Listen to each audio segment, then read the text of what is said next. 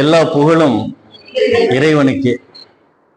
ஒரு சிறப்பான ஒரு நிகழ்வாக உங்களை எல்லாம் சந்திக்கும் ஒரு பெரும் வாய்ப்பினை இறைவன் எனக்கு வழங்கினான், நமக்கு வழங்கினான். அதான் ரொம்ப முக்கியம். திருக்குறள் நுண்பயிற்சி வகுப்பு இது முற்றுவதெல்லாம் இருக்குது. முழுவதும் ஓதினோம், கற்றோம், வாசித்தோம், நுட்பமான பயிற்சியும் பெற்றோம்.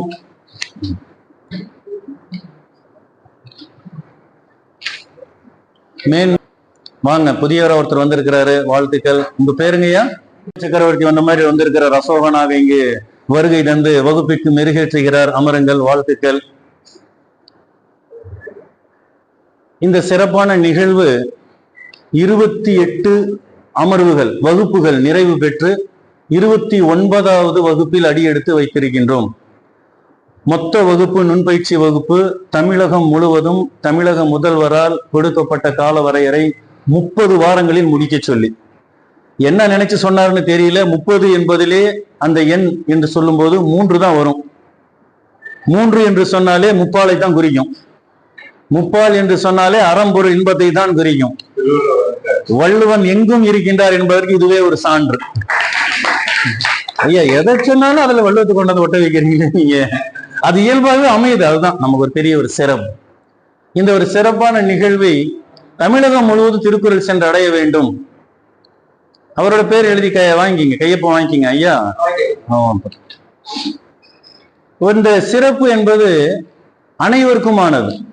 தமிழகம் முழுவதும் குறள் சென்றடைய வேண்டும் என்பதற்காக தமிழக முதல்வரால் திருக்குறள் நுண்பயிற்சி வகுப்பு என்று சொல்லணும்.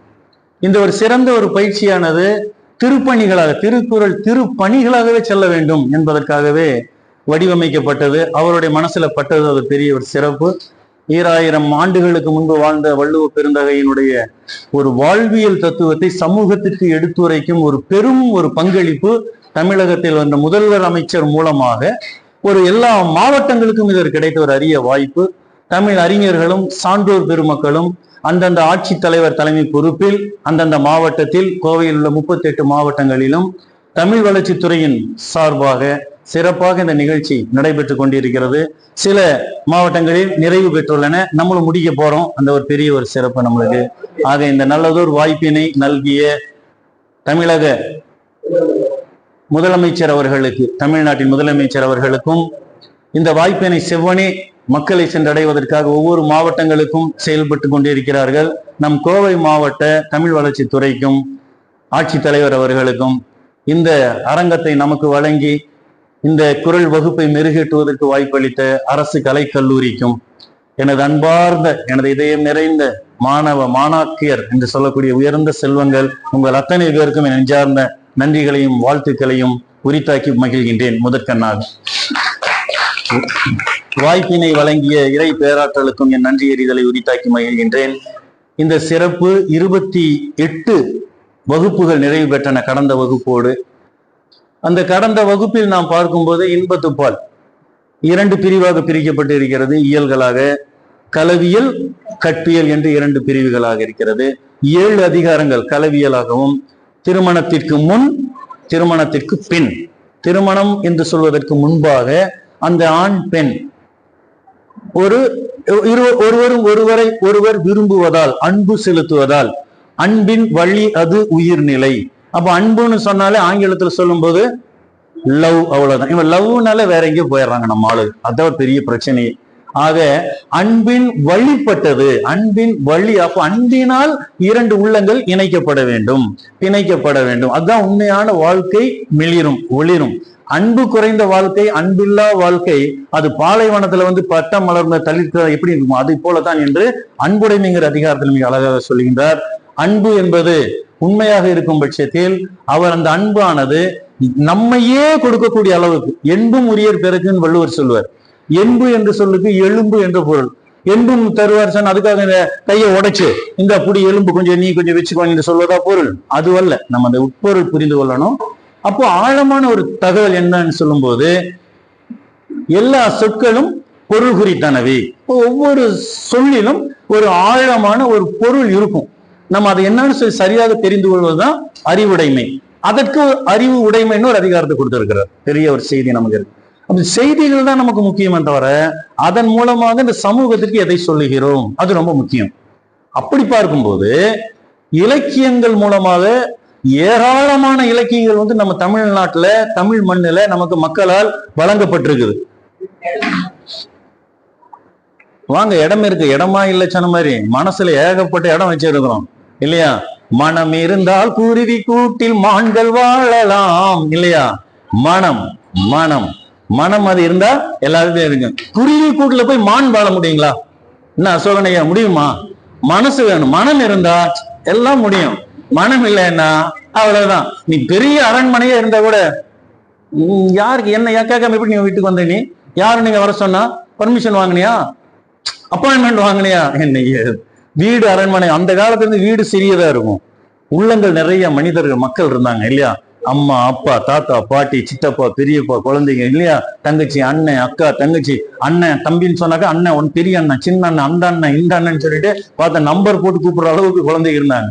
இப்ப எல்லாம் அதெல்லாம் போயிடுச்சு, மாறி விட்டது, காலம் மாறி விட்டது. நம்ம சொல்றோம் இல்லையா? இப்ப எல்லாம் சொல்லும்போது அப்ப அதாவது படிப்படியா 16 குழந்தைங்க 17 குழந்தைங்க இருந்த காலம் எல்லாம் போயிட்டு அதுக்கு படிப்படியா குறைஞ்சு 3-4 குழந்தைங்க இருந்ததில் சொன்ன 4 குழந்தை. இப்ப என்னங்க 16 இப்ப 4 ஆயிடுச்சான்னாங்க. கடைசியில 3 குழந்தைகள் ஆனாங்க நம்ம நாட்டிலேயே இல்லையா? நம்ம நாட்டுல குடும்ப கட்டுப்பாடு எல்லாம் வந்து தெரியுமா? முதல்ல என்ன சொல்லுவாங்க, நீங்க எல்லாம் குழந்தையில இருந்திருக்கலாம், இப்ப கூட ஃபேமிலி பிளானிங் மாதிரி சொல்லுவாங்க. குடும்பத்தை வந்து கட்டமைக்கணும், ஒரு வடிவமைக்கணும், பொருளாதாரம் முக்கியம். ஏன்னா அதை வச்சுதான் எல்லாம் வறுமையில சாப்பாடு போட முடியாம குழந்தைகளை பெற்றுட்டு சாப்பிட வைக்காம துணிமணி எடுத்து கொடுக்காம அந்த பிரச்சனைகள்லாம் வரக்கூடாதுன்னு அதெல்லாம் கட்டமைச்சாங்க. அது ஒரு காலகட்டமா இருந்தது. அது மாறும்போது என்ன ஆயிடுச்சு, குழந்தைகள் வந்தாங்க. அப்ப வந்து 3 குழந்தைங்க 2 குழந்தைங்க போதும், அது இல்லைன்னா அதிகபட்சமா 3 குழந்தைங்க போதும்னா 2 போதும், 2க்கு பிறகு 3, 3க்கு பிறகு வேண்டாம்னா இப்படி இருந்தாங்க கொஞ்ச நாள். அப்புறம் நாம் இருவர் நமக்கு இருவர்னு ஒரு காலகட்டம் வந்துச்சு. அது போயிடுச்சு. நாம் இருவர் நமக்கு ஒருவர் போதும்னா இப்ப அதுவும் போயிடுச்சு. நாமே இருவர் நமக்கு எதுக்கு ஒருவர்? அட கடவுளே, இது எங்க போயிட்டு இருக்குதுன்னு நினைச்சா ஆச்சரியமா இருக்கு. அந்த 2 வேண்டாம், ஒருவரா வாழ காணும், நம்ம அது கூட இருக்குதா என்னமோ போல இருக்கு. ஆனா உலகில் வந்து இறைவன் படைப்பில் எவ்வளவு பெரிய ஒரு தத்துவத்தை கொடுத்திருக்கிறான் நினைச்சு பார்க்கும்போது ஆச்சரியம். இன்னை அந்த முதல் படைப்பு என்று சொன்னால் உலகின் முதல் படைப்பு யாரு? ஆதாம் தானே உண்மை. அது உலகம் தெரிஞ்ச ஒரு செய்தியா? யாரோ ஒருத்தர் 2 பேர் இருந்திருக்கணும் அல்லவா? ஒரு ஆண் பெண் அவர்களை கொண்டுதான் இந்த உலகத்தை இந்த அளவுக்கு பெருக்கினான் இறைவன் இல்லையா? படைப்பாற்றலின் மூல தத்துவமே அந்த எந்த உயிரினமா இருந்தாலும் அந்த இனம் பெருகுவதற்கு 2 பேர் வேணும். அதுதானே வாழ்க்கை தத்துவமே. அதுதானே. அப்ப அந்த 2 பேர் தான் முதல் மனிதன், ஆதி மனிதன் இல்லையா? வாழ்ந்த வாழ்க்கை அதனுடைய தொடர்ச்சி தான் இன்னைக்கு உலகத்தில் 800 கோடி மக்கள் 850 கோடி மக்கள் இருக்கிறோம்னு சொன்னா அத்தனை பேருமே அந்த வழி வந்தவர்கள் தான். ஒன்று எங்கள் ஜாதியே, ஒன்று எங்கள் நீதியே, உலக மக்கள் யாவரும் ஒருவர் பெற்ற மக்களே. உண்மைதானே? அந்த கவிஞனுக்கு உண்மையில ஒரு பாராட்டு தெரிவிக்கலாம் வேண்டாமா? அதற்கு பிறகு இனம் பெரியது. அப்புறம் வந்து இப்ப நம்மவர்கள் தான் பெரிய பிரிவுகள். அப்புறம் வந்து மதங்கள் வந்தது, இனங்கள் வந்தது, ஜாதிகள் வந்தது, எல்லாம் தெரிஞ்சது. நீயாக இன்னும் வந்து பல இடங்கள்ல குளம் கோத்திரம் எல்லாம் பாக்குறவங்க எல்லாம் இருக்கிறாங்க. கடைசியில கணக்கு பார்த்து வரும்போது இது வந்து சகோதர குலம் வரும், அது வரும், இது வரும் சொல்றேன். எல்லாம் மனுஷ குலம் தான். ஒரு ஆண் ஒரு பெண், அவ்வளவுதான் வாழ்க்கை இல்லையா? ஆனால் அந்த வாழ்க்கை அன்பு வழியதில் இருக்க வேண்டும். அந்த அன்பு நீங்க யாரா வேணா இருக்கலாம். சொந்தத்துல கல்யாணம் பண்ணிருக்கலாம், பிரத்தியார்ல பண்ணிருக்கலாம், வெளிநாட்டு பொண்ணை கட்டிருக்கலாம், இந்த இடத்துல பண்ணிருக்கலாம். இங்க இருந்தாலும் 2 மனங்கள் ஒன்றுபடவில்லை என்றால் நீங்க 10 பொருத்தம் இல்ல 150 பொருத்தம் பார்த்தாலும் ஒண்ணும் பிரயோஜனம். மனம் வந்து ஒன்றணும். அதான் ரொம்ப முக்கியமானது. இப்போ பாருங்க, வள்ளுவன் 2000 ஆண்டுகளுக்கு முன்பு அழகாக ஒரு வாழ்வியல் தத்துவத்தை அப்படியே படம் பிடிச்சு காட்டு.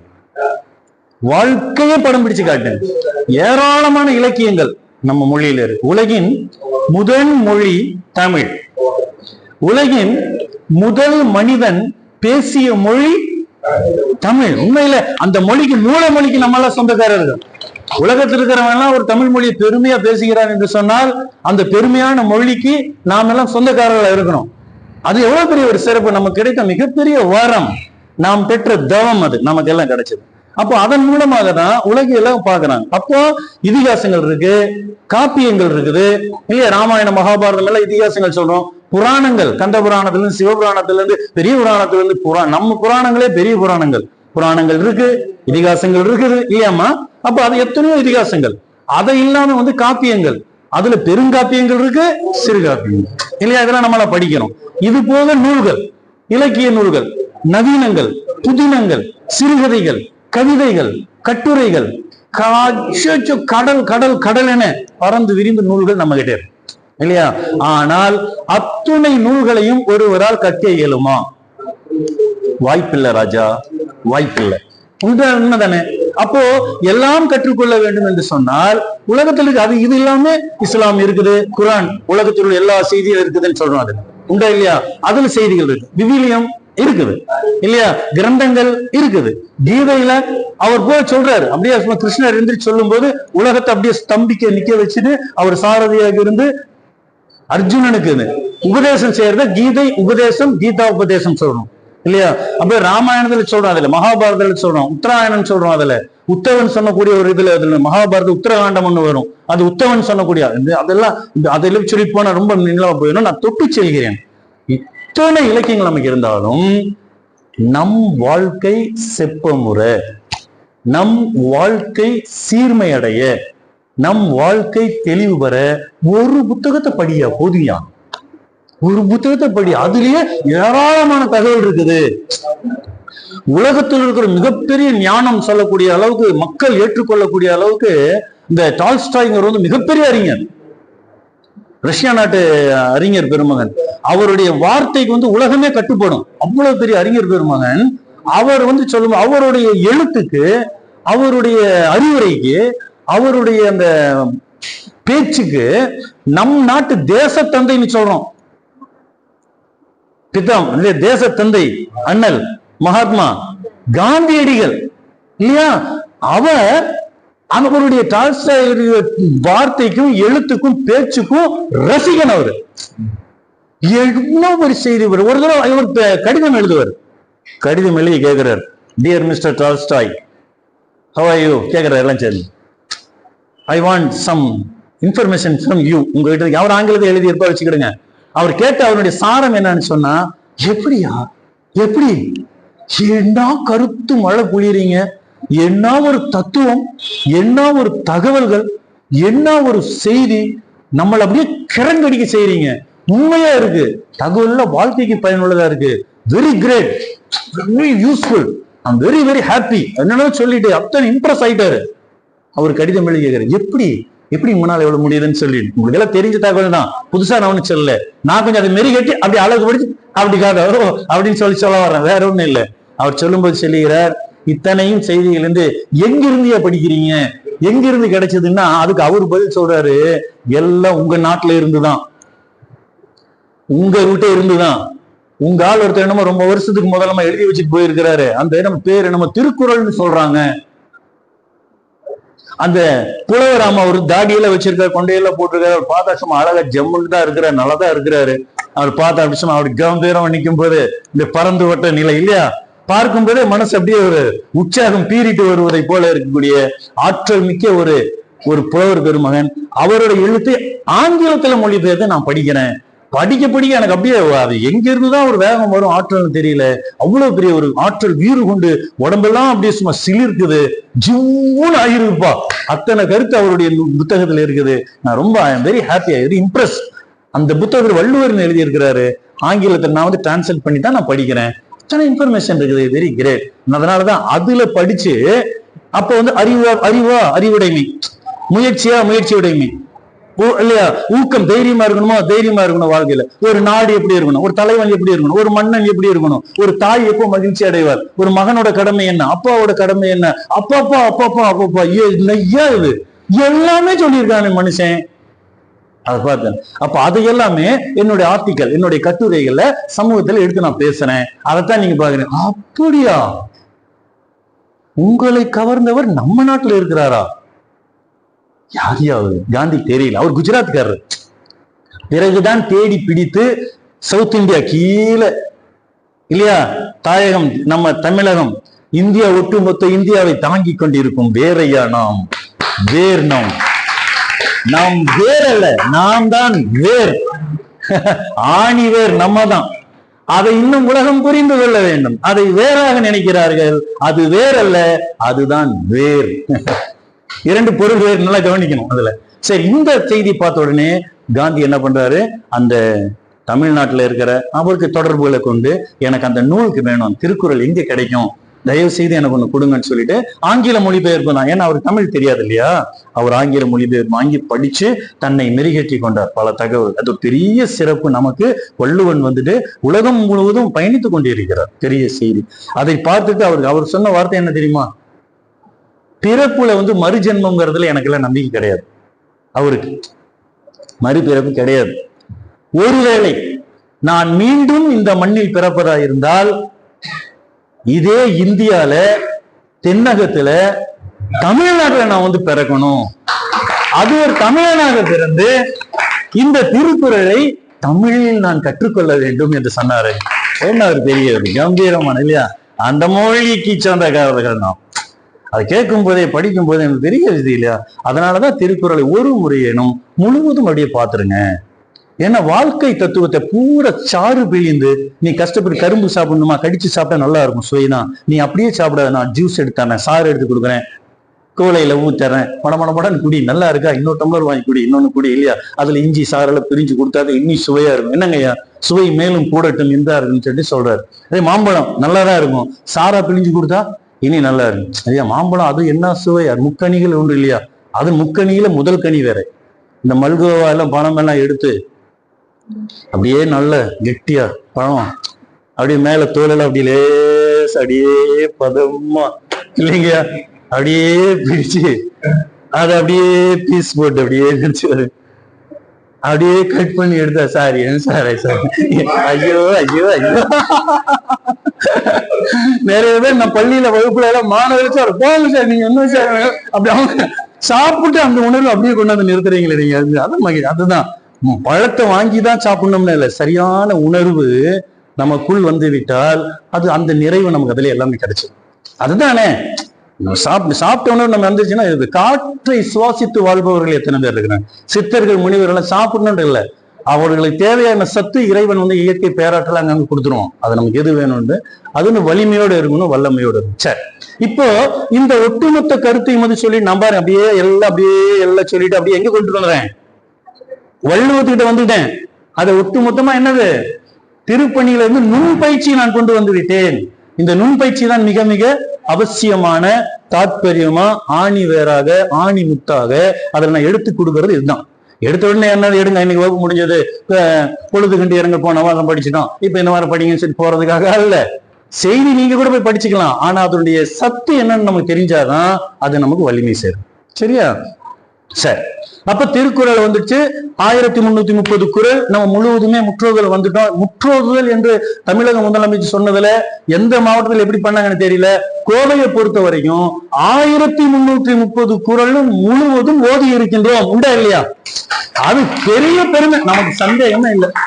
அத்தனை குறள் மணிகளையும் வகுப்பாக விளக்கம் கொடுத்து நுட்பமான பயிற்சிகள் எல்லாமே என் பட்டறிவால் நான் அறிந்ததையும், நான் படித்ததையும், நான் தெரிந்ததையும், நான் உணர்ந்ததையும், நான் புரிந்ததையும், பல்வேறு சான்றுகள், ஆதாரங்கள், பெரியவங்களோட கருத்துக்கள் எல்லாம் கொண்டு அதையெல்லாம் கலந்து குலைந்து எந்த அளவுக்கு மெருகேற்றி தரணுமா எனக்கு தெரிந்த வரைக்கும் சொல்லியிருக்கேன்.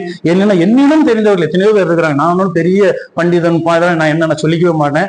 எனக்கு தெரிந்ததை முடிஞ்ச வரைக்கும் உங்களுக்கு கொடுக்கறதுக்கு முயற்சி செய்து முழுமைப்படுத்தி இருக்கேன். அது ஒரு முக்கியமான ஒரு வாய்ப்பு. அது எல்லாமே பதிவு செய்து இந்த சமூகத்தை, இந்த வகுப்பு கலைஞ்சு போயிடலாம், இப்ப இல்லாம போயிடலாம், கொஞ்ச நாளைக்கு அப்புறம் எழுந்து போயிடலாம் இல்லையா? ஒரு சபை கூட்டத்துல கூடும்போது ஒரு திரையரங்குகள் எல்லாம் வர்றோம், படம் முடிஞ்சவொடனே எல்லாரும் எந்திரிச்சு அங்கேயே உட்காந்துட்டு இருக்கோமா, எந்திரிச்சு போவதை போல எல்லாம் கலைந்து போய்விடலாம். ஆனால் என்றுமே நிலையாக இருப்பதை போல அதை தொடர்ந்து அதை பயணிப்பதற்காக நிலையானது எதுவுமே கிடையாது. ஆனால் பதிவுகள் என்பது ஆவணப்படுத்தணும், அதுதான் நிலையா இருக்கும். நம்ம உடல் போயணும், நம்மளே ஒரு நாள் மறைஞ்சிருவோம். ஆனால் நாம் செய்த பதிவு என்னைக்கும் நிலையா இருக்கணும் என்பதற்காக நமது நூல் காஞ்சி என்ற ஊடக பதிவு முழுவதுமே பதிவு செய்து வெளியில நம்ம கிடைச்சிருக்கு அத்தனை குரலும். நீங்க எப்பவுமே நூல் காஞ்சிக்குள்ள போனீங்கன்னா, நூல் ஊடகத்தில் யூடியூப்லயும் நூல் காஞ்சின்னு தமிழ் ஆங்கிலம் எந்த மொழியில அடிச்சாலும் நுண்பயிற்சி வகுப்புன்னு சொன்னா நம்ம வகுப்பு வந்து அந்த நாள் ஒவ்வொரு வாரம் நடந்த 30 வகுப்பு நம்ம பார்க்கலாம், பார்க்க வைக்கலாம், மற்றவர்களுக்கு நீங்க சொல்லலாம். இது மிகப்பெரிய ஒரு பதிவு கிடைச்சிருச்சு.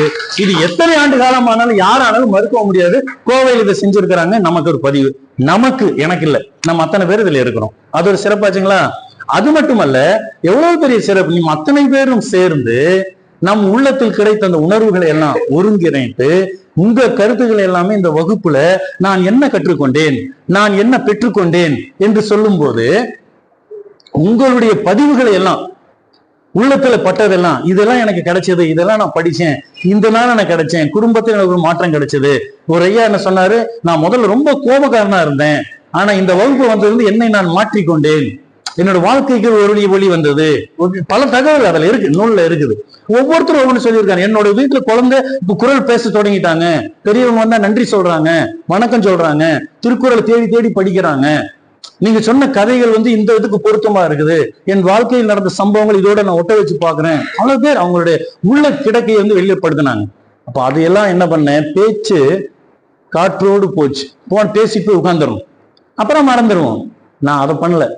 அதை வந்து ஆவணப்படுத்துறதுக்கு என்ன பண்ணுவது என்னுடைய உள்ளத்தில் வந்து ஒரு பொறி தட்டியது. அதன் விளைச்சல் தான் அது கருவாச்சு.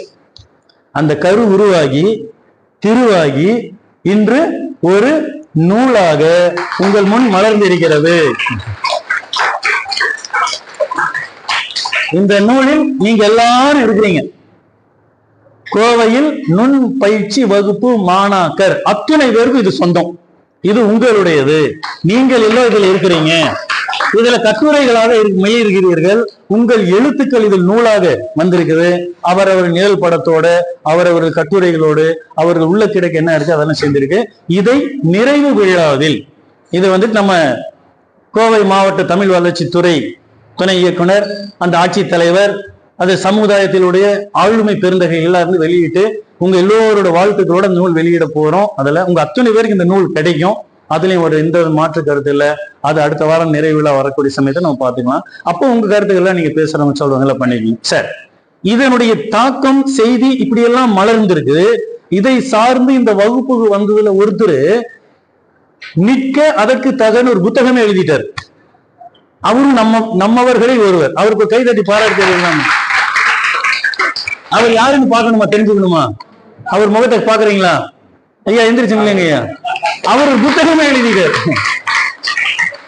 ஆக எத்துணை சிறப்புகள் நிறைய பேர். நாம் இந்த வகுப்பு எப்படி நடக்க போகுதோ, இறைவா நீதான்ப்பா நடத்தணும். ஒவ்வொரு முறையும் நான் இறைவன்கிட்ட விண்ணப்பம் வைப்பேன், இயற்கை பிரபஞ்சத்தை விட்டுடுவேன்.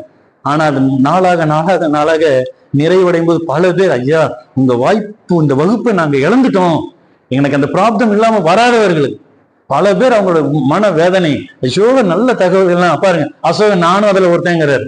அதுக்கு என்ன பண்றது இல்லையா? யாருக்கு எது கிடைக்கணுமோ அதுதான் கிடைக்கும். கிடைக்கிறது கிடைக்காம இருக்காது, கிடைக்காது கிடைக்காது இல்லையா? யார் சொன்னது? ரஜினியா? வள்ளுவர் 2000 வருஷம் முதலே சொல்லிட்டாரு. என்ன பண்றது? ஏன்னா சிவபெருமானை பார்த்திருக்கிறியா? என்ன அப்ப சிவனை எங்கேயா பாக்குறது? நான் பாத்திருக்கேன்னு ஒருத்தன் எங்க சொன்னா, சிவாஜி கணேசன் சொல்றாரு, திருவிளையாடல பாத்திருக்கீங்கயா. யாரையா கடவுள்னா சிவாஜி தாங்க. சிவாஜி கடவுளாயா? என்னையன் உடனே கிருபானந்த வாரியார் வேற சொன்னார் தெரியுங்களா? சரி என்னையா இப்ப சிவாஜின்னு சொல்றாரு? ஐயா தப்பா நினைக்காதீங்க, ஒரு பையனை கூப்பிட்டு சிவனை பார்த்துட்டீங்க. அவர் சொன்னாராமா, பெரியவங்களை சொல்லும்போது என்ன சொல்லுவோம்? நேருஜி, காந்திஜி, நேதாஜி. எதுக்கு சொல்றோம்? பெரியவங்களை ஜீன்னு சொல்லி வடநாட்டுக்கார மரியாதைன்னு சொல்றோம். அந்த மாதிரி சிவாவை இறைவனை ஜீன்னு சொல்லி மரியாதையா சிவா ஜீன்னு சொல்லியிருக்கான். அதனால தப்பா நினைக்காது. ஆக வாழ்த்துவது என்பதும் வானோர்கள் வாழ்வதற்கு இல்லையா? எந்த ஒரு பதிவுகள் செய்திகள் ஒரு நல்ல சாதாரண செய்தியா இருக்கலாம், பல பேர் சொல்லலாம். சில பேர் சொல்லும் போது அந்த சொல்லானது செய்தியானது அப்படியே வந்து டக்குன்னு வந்து மனசுக்குள்ள இருந்து அப்படியே சிம்மாசனம் பட கம்பீரமா உட்காரு, எப்படி அப்படின்னு உட்காருமாமா இல்லையா? அது பெரிய சிறப்பு. அது வந்துட்டு எப்படின்னா, தான் உணர்ந்ததை, தான் அறிந்ததை, தான் தெரிந்ததை, தான் புரிந்ததை மற்றவர்களுக்கு எடுத்து இயம்பும் ஆற்றல். தான் கற்றது மற்றொரு மனதில் புரியும் வண்ணம் விரித்து உரைக்கும் வல்லமை. இனருள்த்தும் நாரா மலர் அணையர் கற்றது உணர விரித்துரையாதார். என்ன பயன்? என்ன நீ படிச்சும் பலன் இல்லாம போயிடும் என்று சொல்லுகின்றார். அப்போ வள்ளுவத்தை அழகுபட நமக்கு வழங்கிய வள்ளுவ பேராசான் திருக்குறள் 1330 குறள் எழுதினார். 1330 குறளை 3 பகுப்பா பிரிச்சுட்டாரு. முதல் பகுப்புல என்ன சொல்றாருன்னு சொன்னா அறம் என்று எடுத்துக்கிட்டார். 38 அதிகாரங்கள், 380 குறள் மணிகளில் தனி மனித ஒழுக்கம் யாரா இருந்தாலும் இப்படிதான் இருக்கணும். இப்போ வாழ்க்கையில என்ன? இறை வணக்கத்திலிருந்து, வான் சிறப்பிலிருந்து, நீத்தார் பெருமையிலிருந்து, தொடர்ந்து அரண் வலியுறுத்தலிருந்து, இல் வாழ்க்கைன்னு என்ன, வாழ்க்கை துணை நலம்னா என்ன, மக்கள் பேருனா என்ன, அன்புடைமை என்ன, அப்படி எல்லாமே சொல்லிட்டு போறாரு. அப்போ ஒரு அரசன் மன்னன் எப்படி இருக்கணும் எல்லாம் கொண்டு வர எல்லாம் சொல்லிட்டு வர்றாரு. அப்போ வாழ்க்கையில் சொல்லும்போது இல்லறம்னா என்ன, துறவரம்னா என்ன, இல்லற ஒழுக்கம் என்ன, துறவர ஒழுக்கம் என்ன, எல்லாம் அப்படியே படம் பிடிச்சு அப்படி பிரிச்சு சொல்லிட்டு வந்துட்டவரு. எல்லாருமே ஒரு மனிதன் இப்படிதான் இருக்கணும். அது ஆணாக இருந்தாலும் பெண்ணாக இருந்தாலும் தன்னுடைய தனி மனித ஒழுக்கத்திலிருந்து வெளியில போயிருக்கிறார். அது பிறந்தாலே ஒழுக்கம் நெறி கெட்டு போயிடும். அப்போ ஒழுக்கத்தை உயிரினும் ஓம்பப்படும் வள்ளுவர் சொன்னார். ஒழுக்கத்தின் எய்துவர் மேன்மை, இழுக்கத்தின் எய்துவர் எய்தா பள்ளியினர் எல்லாமே காட்டியிருக்கிறார். அப்போ கவறுதல், அடுத்தவன் பொருள் நம்ம அபகரிக்க கூடாது, வெட்காமை சொல்றாரு. அடுத்தவனை குத்தம் சொல்லிட்டு இருக்காதியா, புறம் சொல்லாத, புறம் கூறாமைன்னு சொல்லு. பாருங்க எவ்வளவு பெரிய அழகா சொல்லிட்டேன். இதெல்லாம் ஒரு ஆணுக்கும் பெண்ணுக்கும் அவனை ஆணை மையப்படுத்தி எதுக்கு சொல்கிறார் என்றால், ஒரு குடும்ப பொறுப்பு என்பது ஒரு ஆண் மகனுக்கானது. ஒரு பெண்ணானவள் அந்த ஆணை சேர்ந்து விடுகிறார் திருமணத்திற்கு பின், இல்லையா? திருமணத்திற்கு பின் அம்மா அப்பா பேரண்ட்ஸ் டிபெண்ட் பண்ணி தான் நம்ம இருக்கிறோம். நமக்குன்னு ஒரு துணை வந்தது பிறகு அப்படி நம்ம இணைகிறது. அப்புறம் அவர்களுக்கு குழந்தைகள்லாம் வரும்போது அந்த குடும்பம் அப்படியே பல்கி பெறுகிறது. இது காலமாக நமக்கும் அதுதான், நம்ம அம்மாவுக்கு அதுதான், நம்ம பாட்டிக்கு அதான், இப்படிதான் ஆகிறதுனாலதான் அந்த ஆண்மகனை சார்ந்து எதை சொன்னாலும் ஆணுக்கு சொல்வதை போல இருக்குதே தவிர, அந்த ஆணையும் பெற்று தருபவள் பெண் தான். பெண் சக்தி சொரூபமானவள், சக்தி வடிவானவள். அந்த பெண்ணை வலிமை மிக்கவர், இல்லையா? நம்ம ஆணை விட அதிகமாக சிந்திக்கக்கூடிய ஆற்றல் பெண்ணுக்கு இருக்குது. அதனாலதான் பெண்ணின் புத்தி பின் புத்தின்னு, பின்னும் புத்தி இல்ல, ஷார்ப்பா இருக்கிற பின்னு மாதிரி இருக்கும். அதை நம்ம புத்திசாலித்தனமா இருக்கும். நம்ம எடுத்துக்கிறது தானே, எப்படி வேணாலும் சொமாலிபிகேஷன் இது சரி, அதை சொல்லிக்கலாம். ஆக இதை நல்லதற்கு பயன்படுத்தணும். சரி, அறத்துப்பால்ல 38 அதிகாரம் தனி மனுஷனை பத்தி சொல்லிட்டாரு, இல்லையா? முடிச்ச உடனே பொருட்பாலுக்கு வர்றாரு. பொருட்பால் என்ன, 70 அதிகாரங்கள் எடுத்துக்கிட்டாரு. 700 குறள் மணிகள் எடுத்துக்கிட்டு இத்தனை நேரம் தனி மனிதன் இவன் இப்படிதான் இருக்கணும், நீ இப்படிதான் இருக்கணும், உனக்கு இதானது சொல்லிட்டு வந்தவரு இப்ப என்ன மாறானா, எல்லாரும் ஒண்ணு சேர்ந்துட்டீங்க, இப்ப நிறைய பேர் ஆயிட்டீங்க, இது பொதுவா நான் பேசணும், இப்ப எல்லாருக்கும் ஒருத்தர்னாக்க யாரோ ஒருத்தர் லீட் பண்ணணும் இல்ல, முன்னாடி நிக்கணும் இல்ல, அப்பதான் நீ சொல்றவன் யோகியானமான இருக்கணுமா? நம்ம ஆசான் வகுப்பு எடுக்கிறாரு, நான் இருக்கேன்னு வச்சுக்கலாமே, நான் முதல்ல யோகியமானவன் இருக்கணும் இல்ல, என்கிட்டயே ஒழுக்கம் இல்லைன்னா நான் கற்றுக் கொடுக்கிற என் வகுப்பு எப்படி இருக்கும்?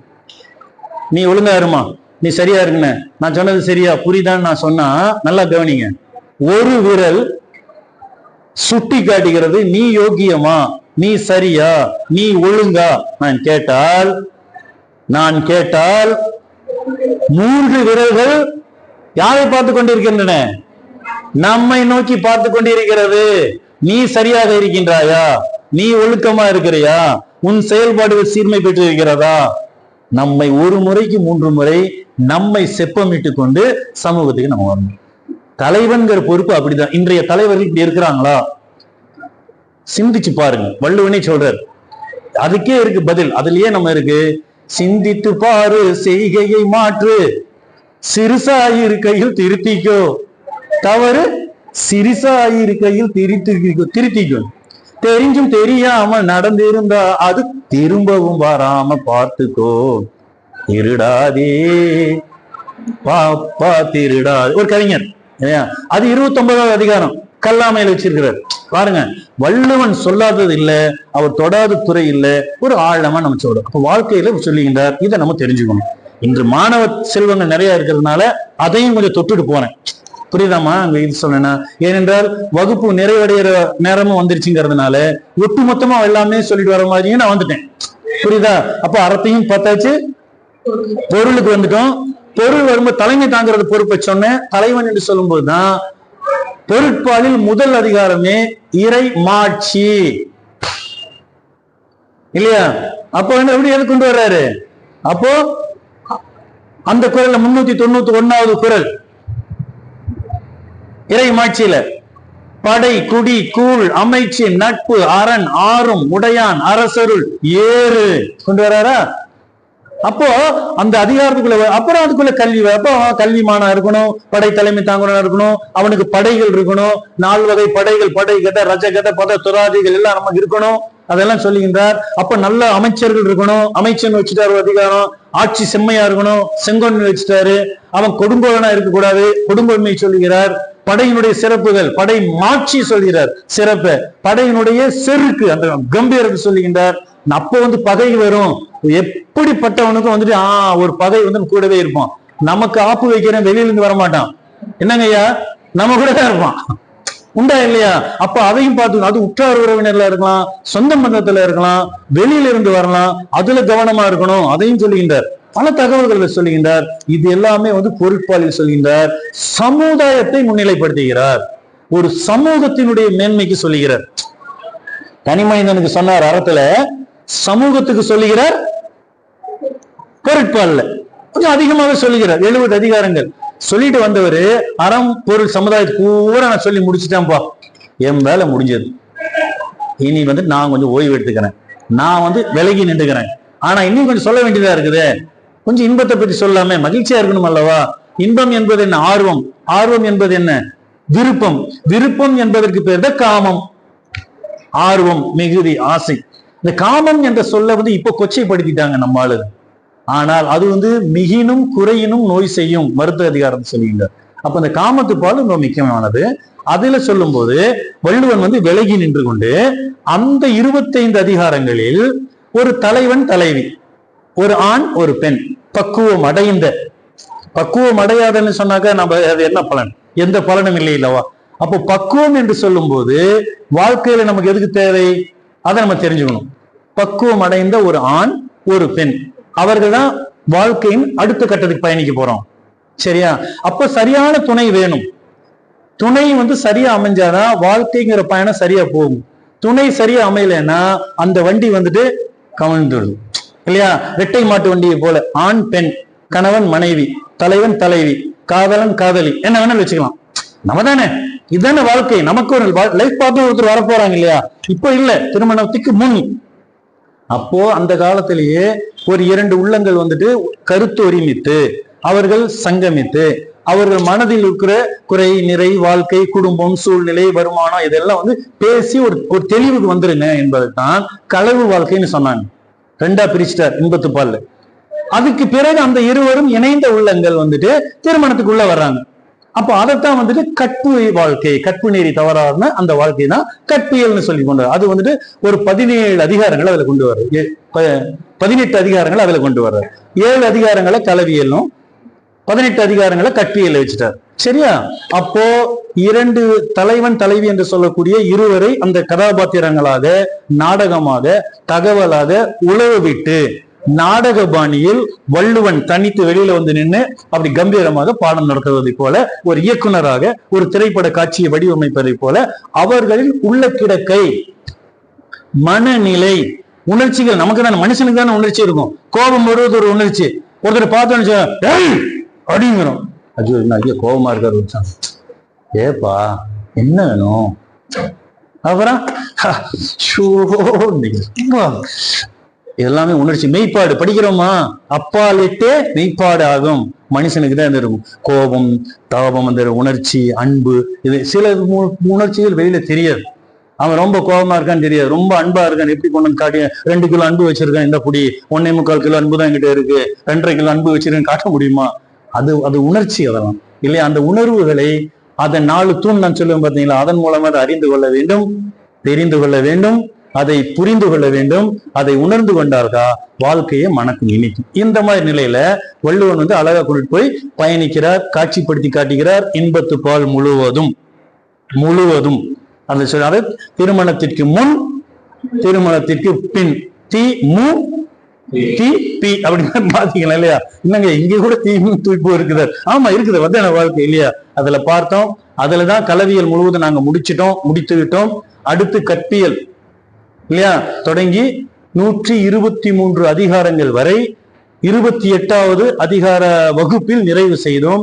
இப்போது 29வது வகுப்பில் அடியெடுத்து வைக்கின்றோம். இப்போ தொடரும் வகுப்புகளை ஒரு தடவை அப்படியே மீண்டும் வாசிச்சு பார்த்தரலாம். பாருங்க. உருபு நலன் அழிதல். அது தன்னுடைய துணையாக வந்த பெண் மகளுடைய துணை எப்படி இருக்குது? கடந்த வகுப்பு எல்லாமே நல்ல சிறப்பா நம்ம போயிடுச்சு. இப்ப நம்ம பார்க்கிறோம். ஏனென்றால் ஒரு பொழுது கண்டு இரங்கல் கடந்த வகுப்புல பார்த்தோம். இந்த தலைவன் நம்மை பிரிவாற்றாமையில தொடங்கினது வகுப்பு. அப்போ பிரிவாற்றாமையில் தொடங்குறது முதல்ல தகை அணங்குறது தலைவன் தலைவி. அந்த தலைவனை ஒருவரை ஒருவர் வர்ணிக்கிறது, அழகுபடுத்துறது எல்லாமே அதுல வந்தது. கடந்த வகுப்புல பார்க்கும்போது பிரிவாற்றாமைன்னு வந்தது. ஒரு பிரிவு என்பது மிகப்பெரிய துன்பம் தரக்கூடியது. அந்த பிரிவு என்பது நம்ம பொருளுக்காக பிரிவு வேண்டி வரும், வருமானத்துக்காக நம்ம படிக்கிறதுக்காக பிரிவு வேண்டி வரும். வெளி போறோம் இல்ல, வெளியூர் வெளிநாடு நம்ம எல்லாம் போறோம்னு சொன்னா அம்மா அப்பா விட்டுட்டு கல்யாணமானவங்க அந்த சமயத்து தலைவனை விட்டுட்டு தலைவியை விட்டுட்டு நம்ம பிரிந்து போறது பிரிவு. அது சோகம், துன்மை தானே. நம்ம விட்டு பிரிஞ்சு போறோம். ஒரு நல்லது கெட்டது வீட்டுல நடக்குது, நம்ம விட்டு ஊருக்கு போறோம்னா கூட திடீர்னு விட்டு போட்டு போனா மனசு வலிக்கும் இல்லையா? அப்ப உண்மையான அன்புடையவர்கள் தலைவன் தலைவியோட வலி கொஞ்சம் அதிகமா தான் இருக்கு. அதை பூரா அதுல கொண்டு வருகிறார். அதன் மூலம் ஒவ்வொன்று வருகிறார். திருமண வாழ்க்கைக்கு அந்த நிலையில வரும்போது தன் தலைவன் தன்னை விட்டு வெளியில போயிட்டானா, வெளியூர் திரிஞ்சு போயிட்டா, அவன் மீண்டும் வரும் வரை பகல்ல கூட தெரிய மாட்டேங்குது.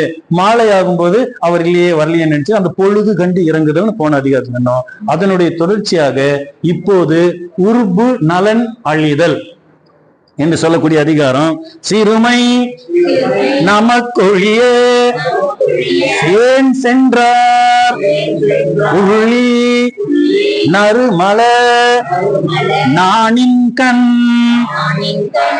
பொருள் ஈட்டுவதற்காக பிரிந்தவரை எண்ணி அழுது என்னுடைய அழகு இழந்த கண்கள்லாம் அழகு போயிடுச்சு என்று சொல்லுகின்றார். வர்ணனை தான் இது. எல்லாமே கற்பனை பூசுகின்றார்.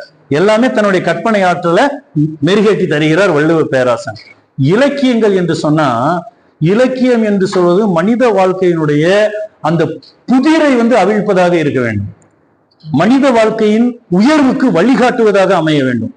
மனித வாழ்க்கைக்கு ஒளி கூட்டுவதாக அமைய வேண்டும். அதுதான் உண்மையான ஒரு புரிதல் திறனோட வாழ்க்கை பயணிக்கும். அதுதான் மிக முக்கியம். அது இலக்கியங்கள் நமக்கு எடுத்து இயம்பும்.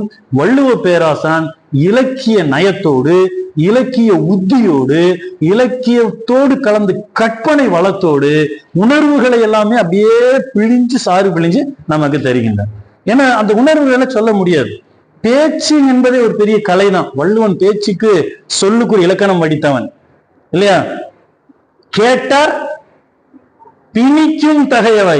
கேட்டவங்களை கட்டி போடணுமாமா. கேட்காத ஒருத்தன் வேணா என்னடா பேச்சுன்னு இருக்க வெளியில் நிக்கிறவங்க கூட அந்த வகுப்புல ஏதோ சொல்லிட்டு இருக்காங்கப்பா, 2 வார்த்தைகள் கேட்கலாமேன்னு கேளாரும் வேட்ப மொழிவதாம் சொல்லுன்னு சொல்லுக்கு இலக்கணம் சொன்னவன் யாரு?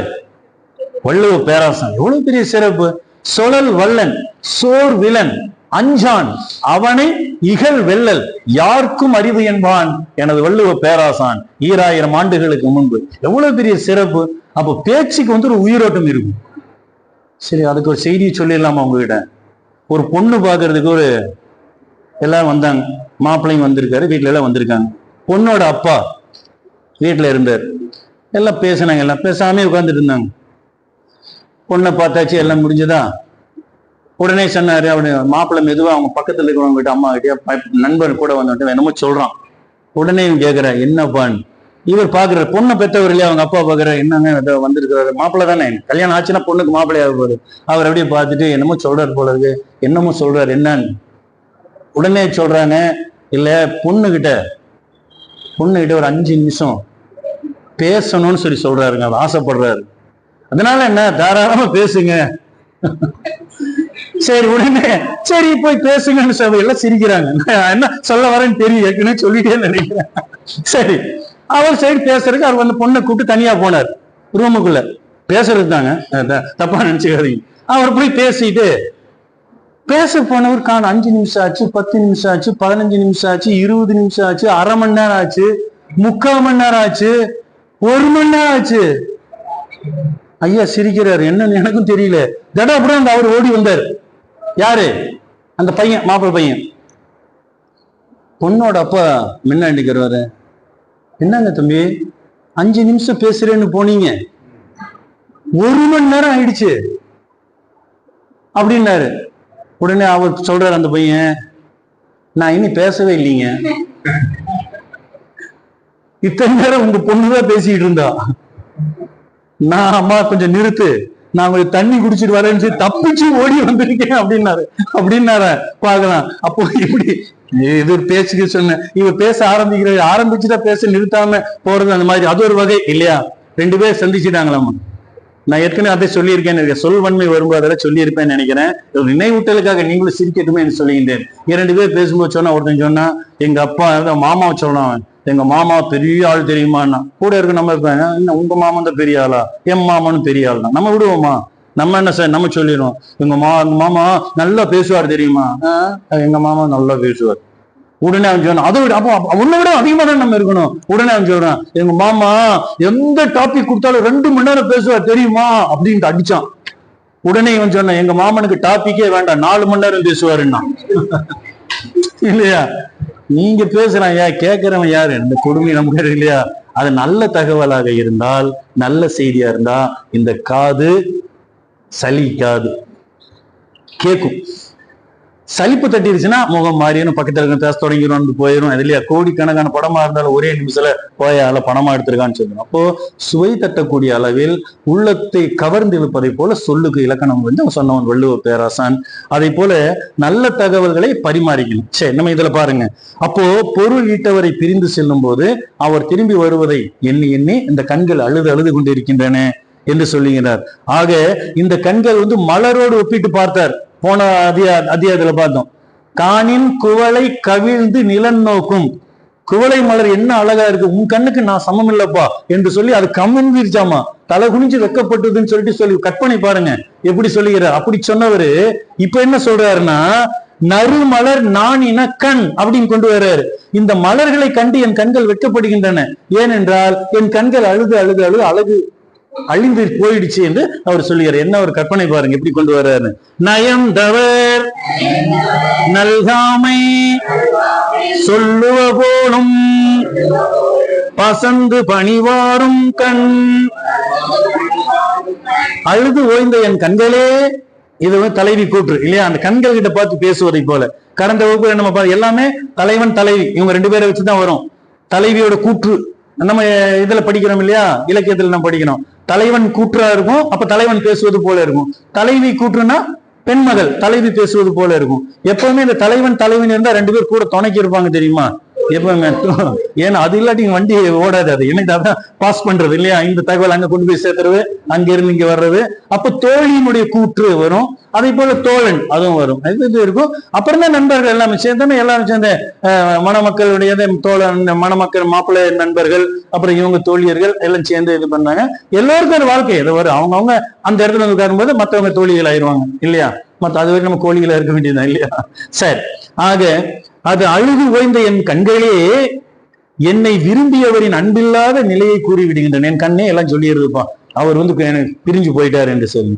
தனந்தமை சால அறிவிப்ப போலும் மனந்தனால் வீங்கிய தோல். மனம்னா திருமணம். திருமணத்தின் போது பூரித்து மகிழ்ச்சியாக என்னுடைய தோள்கள் எல்லாம் முடிசுமா கும்மன் நல்ல சிவம் மகிழ்ச்சியோட பூரிச்சுன்னு சொல்லணும் இல்லையா? சில பேர் சொல்ல மகிழ்ச்சி அதிகமானால கண்ணமெல்லாம் சும்மா பூரிச்சு இருக்கு, என்ன நல்லா புஷ்டியா இருக்கிற, அழகா இருக்கு, தெம்பா இருக்கு. சில நேரத்துல பார்த்தா நம்ம அப்படியே நம்ம அறியாம மெலிஞ்சு இல்லையா, பசலை நோய்மாங்க, அது பசலை மாதிரி சேர்ந்துட்டா, நமக்கு வேண்டியவங்க பிரிஞ்சு போயிட்டா, ஒரு இது வந்துச்சுன்னா அந்த கவலை, இதெல்லாமே நம்ம இந்த இன்பத்து பாடல அப்படியே சொல்லுகிறார். இந்த இதெல்லாம் ஒரு தடவை தனியா நீங்க படிச்சு அதை பாருங்க, ரொம்ப இதா இருக்கும். வாழ்க்கையில நல்ல செய்திகளை வந்துட்டு ஒரு இயல்பா சாதாரண இருக்கிற உணர்வுகள் எல்லாம் இதுல வந்து சொல்லிட்டு போகிறார். அதுல அப்போ இப்போது இழைத்து விட்டன, ஒருவேளை என் தலைவன் என்னை விட்டு பிரிந்து போனதனால் அதை அறிவிப்பதற்காக தான் இது இந்த கண்கள் அழிகிறதோ என்று சொல்வதை போல இருக்குது. பனை நீங்கி பைந்தொடி சோறும் துணை நீங்கி தொல்கவின் வாடிய தோல். இந்த வாடிய தோல் அழகிழந்த தோள்கள் இல்லையா? நம்ம சொல்கின்றார். மெலிந்து கை வளையல் கூட கலண்டு வெளியில வந்துடும் போல இருக்கு, அவ்வளவு மெலிஞ்சு போயிட்டா என்று சொல்லிடணும். எந்த அளவுக்கு ஒருவன் நினைச்சு பாக்குறது. அடுத்தது கொடியார் கொடுமை உரைக்கும் தொடியொடு தொல்கவின் வாடிய தோல். மேல இருக்கிற அதிகாரம் மாதிரி எதிரிம்பர் தொல்கவின் வாடிய தோல் மறுபடியும் சொல்லுகின்றார். இதனுடைய பொருள் முன்பிருந்த அழகை இழந்து விட்ட நிலை. அப்புறம் தலைவனே பிரிஞ்சு போயிருக்கு, அப்புறம் மேக்கப் ஆகுது, பட்டி பாக்குற வேலையில எதுவும் கிடையாது இல்லையா, மேக்கப் போடுற வேலையில எதுவும் கிடையாது இல்லையா. நம்ம பூச்சி தானே போன நிறைய பேர் இருப்பாங்க. இவன் அண்ணன் ஒன்னும் பிரச்சனை இல்லை, போனவன் இந்த பட்டமா தலை இப்படின்னா வந்துருவான் இல்லையா. இதே போயிட்டு வந்தாக்கா பார்த்தா ஒரு கடைவீதிக்கு இங்கே போகணும்னு சொல்லிட்டு சொன்னாங்க. அந்த பொண்ணு வர்றதுக்குள்ள பார்த்தா சாயந்தரம் ஆயிடுச்சு. அத்தனை நேரம் மேக்கப் ஆயிடுச்சு. இந்த அளவுக்கு மேக்கப் இருக்கும் சொல்றாங்கப்பா, எனக்கு தெரியல, சரி அது வேண்டாம், அதை விட்டுறலாம் சரியா. ஆனால் இயல்பாகவே பெண்மகள் சொல்லும் போது அந்த ஒப்பனைகள் அலங்காரம் கொஞ்சம் நேரம் எடுத்துக்கிறாங்க இல்லையா. ஆனால் ஆண் மகன் தன் தலைவன் எதுக்கு எல்லாமே தன் தலைவன் நான் விரும்பும் தலைவன் தன்னை பார்க்க வேண்டும் என்பதற்கு எல்லா இடத்துலையும் இருக்குன்னா. அது மட்டும் இல்ல நம்ம போற இடத்துல நம்மள எல்லாரும் பார்க்க வேண்டும், நம்ம ஒரு மதிப்பு ஒரு அங்கீகாரம் இருக்கும். நம்ம ஒரு அழகு எல்லாரும் தானே விரும்புறாங்க இல்லையா. அதை விரும்பாதவங்க யாருமே கிடையாது. அழகுக்கு தான் ரொம்ப முக்கியத்துவம் தரோம் இல்லையா. இப்போ பார்க்கும்போது நல்ல ஒரு ஆண் பெண் மகன் சொல்லும்போது என்னதான் ஒரு கண்ணாடி முன்னாடி போய் நின்னாக்கா அது வேற அது என்னதான் பார்ப்பாங்க தெரியும்.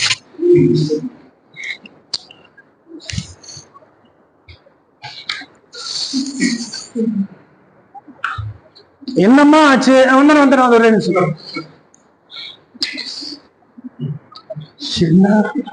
என்னன்னு எனக்கு தெரியல, ஏதாவது புதுசா ஏதாவது இருக்குமா வருமா, ஆனா அவங்க விரும்புறோம் இல்லையா. மனம் விரும்புதே இல்லையா. நம்மை நம்ம உண்மைங்கிறதாண்டா நம்ம ஏனென்றால் வள்ளுவன் ஒரு இடத்தில் அழகாக சொல்லுகின்றார், தன்னை தான் காதலன். காதலிக்கிறது என்ன, ஆதலினால் காதல் செய்வீர் பாரதியார் சொல்றாரு இல்லையா. இந்த காதல் செய்யறது தப்பு இல்லை, காதல் என்பது அன்பு. அம்மா அப்பா கிட்ட அன்பா இருக்கணுமா வேண்டாம், அம்மா அப்பாவை போற்றணுமா இல்லையா, நான் தான் எல்லா வகுப்பும் சொல்லணும். அதான் தட் இஸ் லவ். நம்ம ஆசிரியர் இடத்துல அந்த அன்பு இல்லையா. நமக்காக தன்னுடைய எல்லாம் நமக்காக தெரிகிற அறிவை நமக்காக தாரை வார்த்து தர்றாங்க ஆசிரியர்கிட்ட, அண்ணங்கிட்ட, தம்பி கிட்ட இல்லையா. கற்றுக் கொடுத்த பெரிய வீட்டுல பெரியவங்க, தாத்தா பாட்டி பெரியவங்க, அந்த அவங்களும் அதை மட்டும்தான் எதிர்பார்க்கறாங்க. உங்ககிட்ட வேற எதுவுமே எதிர்பார்க்கல. அந்த அன்பு தானே இல்லையா. அவன் அந்த ஆங்கிலத்தில் வச்சுட்டு லவ்னு அதை அசிங்கமா நீங்க நினைக்கிறீங்க. அந்த உண்மையான அன்பு இருக்கணும் அம்மா அப்பா மேல, தாத்தா பாட்டி மேல, பெரியவங்க மேல. நீ படிக்கிற படிப்பே லவ் பண்ணு. நான் சொல்றேன் அதான் நினைச்சிட உண்மை. என்னுடைய படிப்பை நான் விரும்பலன்னா, நான் ஆசைப்படலைன்னா, நான் அது மேல பற்று வைக்கிறேன்னா வேற எவனும் செய்வான். அதை செய்வேன். புரியுதா. நீ ஒரு ஐஏஎஸ் ஆகணும், ஒரு ஐபிஎஸ் வரும்போது காலைல சொன்ன 3 பேர் இங்க ஐஏஎஸ் ஆக போறாங்க. ஐயா சொன்னார் நினைக்கிறேன் நம்ம வகுப்புல. நான் ரொம்ப மகிழ்ச்சி, ஐயோ உலகூரமா பாராட்டுகிறேன். 3 ஐஏஎஸ் இல்ல, 30 ஐஏஎஸ் இல்ல, 300 ஐஏஎஸ் வரணும், ஐபிஎஸ் வரணும். நீங்க எல்லாம் நின்னா போய் உங்க பேர்ல உட்காரும் போது அந்த சீட்ல போய் உட்காரணும். உங்க பேருக்கு பின்னாடி ஐஏஎஸ் போட்டு நினைச்சு இப்போ எழுதி வச்சுக்கோங்க. உங்க இனிஷியலோட உங்க பேரை போட்டு பக்கத்துல ஐஏஎஸ் போடு. ஒரு பட்டம் டிகிரி முடிச்ச உடனே பண்ணுங்க, சிவில் சர்வீஸ் பண்ணுங்க. ஒரு ஐபிஎஸ் வாங்க, ஒரு தொழிலதிபரா வாங்க, ஒரு பெரிய விஞ்ஞானியா வாங்க. நீங்க எல்லாம் அதிகார வர்க்கத்துல உட்காருங்க, தானே முக்கியம். அத விரும்பு, அத லவ் பண்ணு. நான் சொல்றது புரியுதா. நீ அதுதான் வேணும். நம்ம அதை விட்டு போட்டு வேணும் ஆனா இப்ப வேண்டாம். சரியாமா. உங்க எண்ணங்கள் எல்லாம் போக்கஸ் பண்ணும். Focus the mind. நம்ம எண்ணத்தை சிதறவிட்டால் வாழ்க்கை சிதறி போகும். சரியாமா. நான் உங்களால அன்போடு நான் உங்களுக்கு சொல்றது, உங்களோட உள்ளத்துல விதைப்பது இன்பத்துப்பால், இந்த காமத்துப்பால் எல்லாமே மைய தாற்பயம். நம் முகத்திற்கு இந்த உலகில் ஒரு முகவரி ஏற்படுத்தி விடுங்கள். நீங்க எல்லாரும் அப்படி வரணும். அதுதான் விதை. சரியா. ஏனென்றால் ஒரு பெண்மகள் என்பவள் ஒரு சந்ததியே உருவாக்கக்கூடிய ஆற்றல். சரியா. உங்களால் வரக்கூடிய குழந்தை செல்வங்கள் எதிர்காலத்துல மிகப்பெரிய ஆற்றலுடையவர்களை பாருங்க. வரக்கூடிய சந்ததிகளை நான் வாழ்த்திட்டு இருக்கேன். அவர்கள் அனைவரும் உலகளாவிய அளவில் அவர்கள் முகத்திற்கு முகவரியோட உங்களுக்கும் பெருமை சேர்க்க வேண்டும்.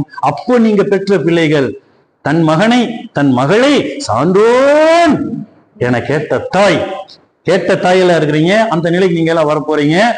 இன்பத்துப்பால். அப்ப அன்பை பத்தி பண்ணீங்க, வாழ வரக்கூடிய அது வரும்போது நம்ம பாத்தீங்களா, சரியா? இதை போல இருக்கணும் என்பதுதான் வள்ளுவன் அப்படி அழகாக திரைப்பட காட்சி மாதிரி. சினிமானா இப்படித்தானே, அதுல ஒரு நகைச்சுவை இருக்கணும், சோகம் இருக்கணும், துன்பம் இருக்கணும், அது இருக்கணும். ஒரு கதையை செய்தியோ கவிதையை எழுதி கொடுத்துட்டார் நம்ம துரைசான் சிறுமுகை செல்வராஜ் ஐயா அவர். நிறைய பேர் இந்த படைப்பினங்க அந்த இதெல்லாம் நம்ம பார்த்துக்கலாம். இதை சார்ந்துதான் நம்மளுடைய வாழ்க்கை தத்துவம் போயிட்டு இருக்கு. இன்பத்துப்பால் அதை ஒட்டி நிறைவடைகிறது. இன்பத்துப்பால் தலைவன் தலைவிக்கு மட்டும் அல்ல, வாழ்க்கையே இன்பமயமாக ஜொலிக்க வேண்டும், மிளிர வேண்டும் என்று சொன்னால் மனம் மகிழ்ச்சி அடைஞ்சாதான் அது வரும். அதுதான் இன்பம். எங்க இன்பம் இருக்கு தேடுன்னு சொன்னா, உன் மனம் அமைதி பெற்றால், உன் மனம் சாந்தம் பெற்றால், இல்லையா, அதுதான் நமக்கு கிடைக்கும். எத்தனை கோடி பணம் இருந்து என்ன பண்றது, எதுவுமே நமக்கு கிடைக்க மாட்டேங்குது. ஒருத்தவன் சொன்னா, இன்னைக்கு வாழ்க்கையில நிம்மதியே இல்லைங்க ஐயா, என்னதாங்க ஐயா பண்றதுன்னா, இதுக்கு என்னடா விலை கொடுத்தா வாங்க, பக்கத்து கடையில விற்கிது, அங்க போய் ஒரு 1/4 கிலோ கூடிய காசு கம்மியா இருக்கு, ஒரு 100 கிராம் நிம்மதி கூட நான் வாங்க முடியும், சொல்லி வைக்க முடியல. என்ன சொல்றது? அவன் பார்த்து என்ன சொல்ற, அண்ணா அங்கே அந்த ஊருக்கு போனேன், இந்த ஊருக்கு போனேன், நல்ல ஒரு மோட்சம் கிடைக்கணும், எனக்கு காசு பணம் கவலையே இல்லை, நான் வாழ்க்கையில சித்தி அடைய வேண்டும் ஐயா, எனக்கு அதுக்கு ஏதாவது ஒரு வழி சொல்லுங்கன்னா. ஏன்டா இவ்வளவு கஷ்டப்படுற, உங்க அப்பனை ஒரு கல்யாணம் பண்ண சொன்னா உனக்கு சித்தி கிடைச்சிட போகுது அப்படின்னு. நீ ஏன் கஷ்டப்படுற, உங்க அப்பா கல்யாணம் பண்ணா, இன்னொரு கல்யாணம் பண்ணா உனக்கு சித்தி கிடைச்சிடும். ஆஹா, இது என்ன சாதாரண சொல்லுதான், ஆனால் எல்லா சொற்களும் பொருள் புரியத்தானவே. அதான் அது சொல்லுக்கு பொருள் இருக்குது. எனக்கு சாந்தியே கிடைக்கலீங்க, சாந்தின்னு பேர் இருக்கிற பொண்ணை கல்யாணம் பண்ணிக்கோ, போ உனக்கு சாந்தி கிடைக்கும் போ. எல்லாம் சிரிக்கிறீங்க, சரி ஓகே. வாழ்க்கையில பல தகவல்கள் நமக்கு அறிவார்ந்த தகவல்களை கிடைச்சா நல்லதா இருந்தா எடுத்துக்கணும், நல்லது இல்லைன்னா இதான் புத்திசாலித்தனம். யார் சொன்னாலும், எங்கிருந்து சொன்னாலும், எதை சொன்னாலும் அது உண்மையா, நல்லதா, நமக்கு நன்மை தருமா? ஐயா வகுப்பு எடுக்கிறார், நுண்பயிற்சி வகுப்பு, என்ன ஐஏஎஸ் ஆகணும்னு சொல்லியிருக்காரு, இவர் சொன்னா நான் ஐஏஎஸ் ஆகிடுவேனா, எனக்கு என்ன 5 காசு பிரயோஜனம் கிடையாது, இப்படி நினைச்சா என்ன பண்ண? எவ்வளவு பெரிய விஷயத்த சாதாரணமா வகுப்பு எடுக்கிற மாதிரி பாடத்துல என்னுடைய பேர், இதை எந்த பேரான இருக்கலாம் இல்லையா, யாரோ ஒருத்தர், உங்க பேர் என்ன சொல்லுமா, ஒருத்தர் பேர் சொல்லுங்க, நீயே சொல்லுங்க, பேர் என்ன? பாரதி. பேரு என்ன வீறு கொண்ட பேர் இல்லையா? அடையாத சுதந்திரம் 1000 இருக்க ஆனந்த சுதந்திரம் அடைந்து விட்டோம் என்று அன்றே ஆனந்த பள்ளு பாடியவன் முண்டாசு கவிஞன் மகாகவி பாரதி இல்லையா? பெண்ணை வீறு கொண்டு இருக்கணும், புதுமை பெண்ணாக பார்த்தவன் பாரதி. அந்த பேரை தாங்கிட்டு இருக்க. அப்பா பேர் என்ன? அப்பா பேர் என்ன? பாரதி. நீ தானே பாரதி. அப்பா பேரு பெருமாள். அப்ப பி பேர் தானே போடுவாங்க. அப்ப பே தானே, பே பாரதி IAS இந்திய ஆட்சி பணி. இப்ப வீட்டுல எழுதி வச்சுக்கிற, சரியா? இப்ப அந்த ஆட்சி தலைவர் வாழ்த்து தெரிவிக்கணும். இது எண்ணம் தான். நான் இப்ப சொல்லிட்டேன், இது உன் மனத்தில் உள்ளத்தில் விழுந்த, உனக்கு மட்டுமல்ல அத்துணை பேருக்கும், சரியா? விழுந்த விதை. நான் போய் நீ என் வேலையை பார்த்து நான் தூங்குவேன். விதைத்தவன் உறங்கலாம், நான் விதைத்த விதை உறங்காது. அதுக்கு உயிரோட்டம் கொடுங்க. ஐயா மெதுவா கை தட்ட, நல்லாவே தட்டிக்கணும். சரி, இன்பத்துப்பால இவ்வளவு இன்பத்தை ஏத்துறீங்களே மனசுக்குள்ள, இதை எங்கேயோ சொல்லி எதையோ சொல்லிட்டு இருக்கிறீங்க. சொல்ல வேண்டியதை சொல்லிட்டு இருக்கிறேன், அது சரிங்களா? எங்கு சொல்ல வேண்டும், எதை சொல்ல வேண்டும், எவ்வளவு சொல்ல வேண்டும், எப்படி சொல்ல வேண்டும், எதற்காக சொல்ல வேண்டும் என்பதுதான் வாழ்வியல் தத்துவம். இதை நுண்பயிற்சி வகுப்பில் கோவை மாவட்டம் சிறப்பாக, முறையாக, தரமாக செய்து கொண்டிருப்பதை நான் நிமிர்ந்து சொல்லுவேன். என்னமா சொல்றீங்க? அதுதான் சிறப்பு. வாழ்த்துக்கள்.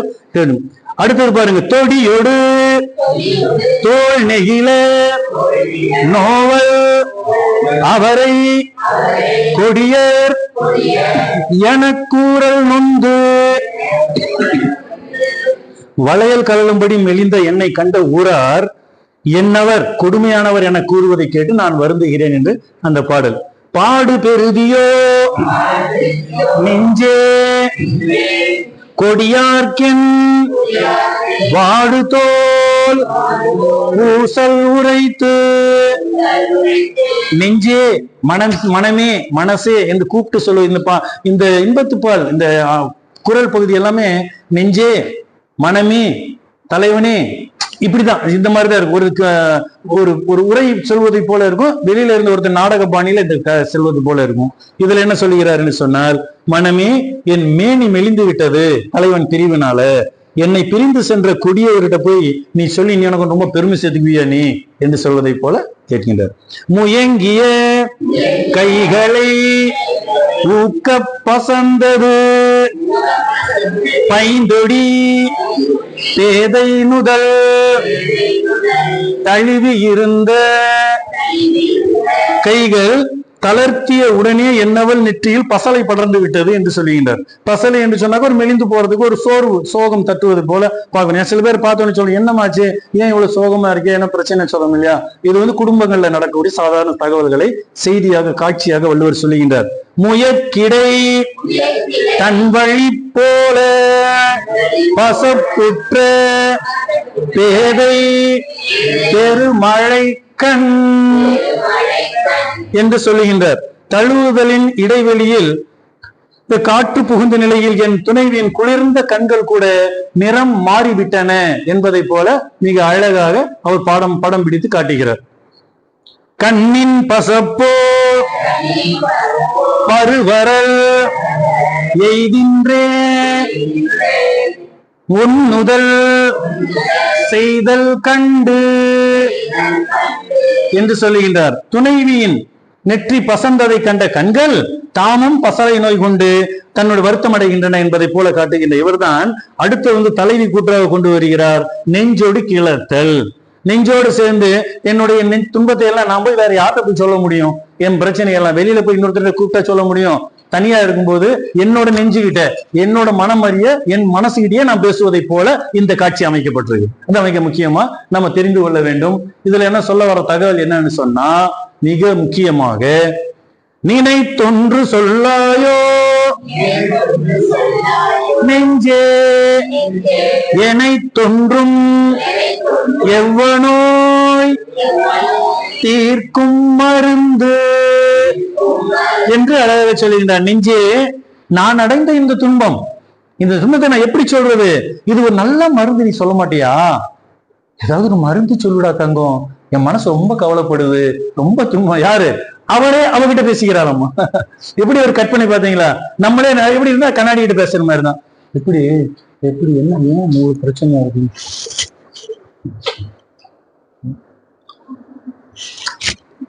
சொல்றேன் இல்லையா? இதுதான் அது தலை முடிய பார்த்து அந்த சிங்கம் அது தலை போட்டு எடுத்து போட்டு அது இப்படி பண்றது, சொல்றது, அது பண்றது, சீவறது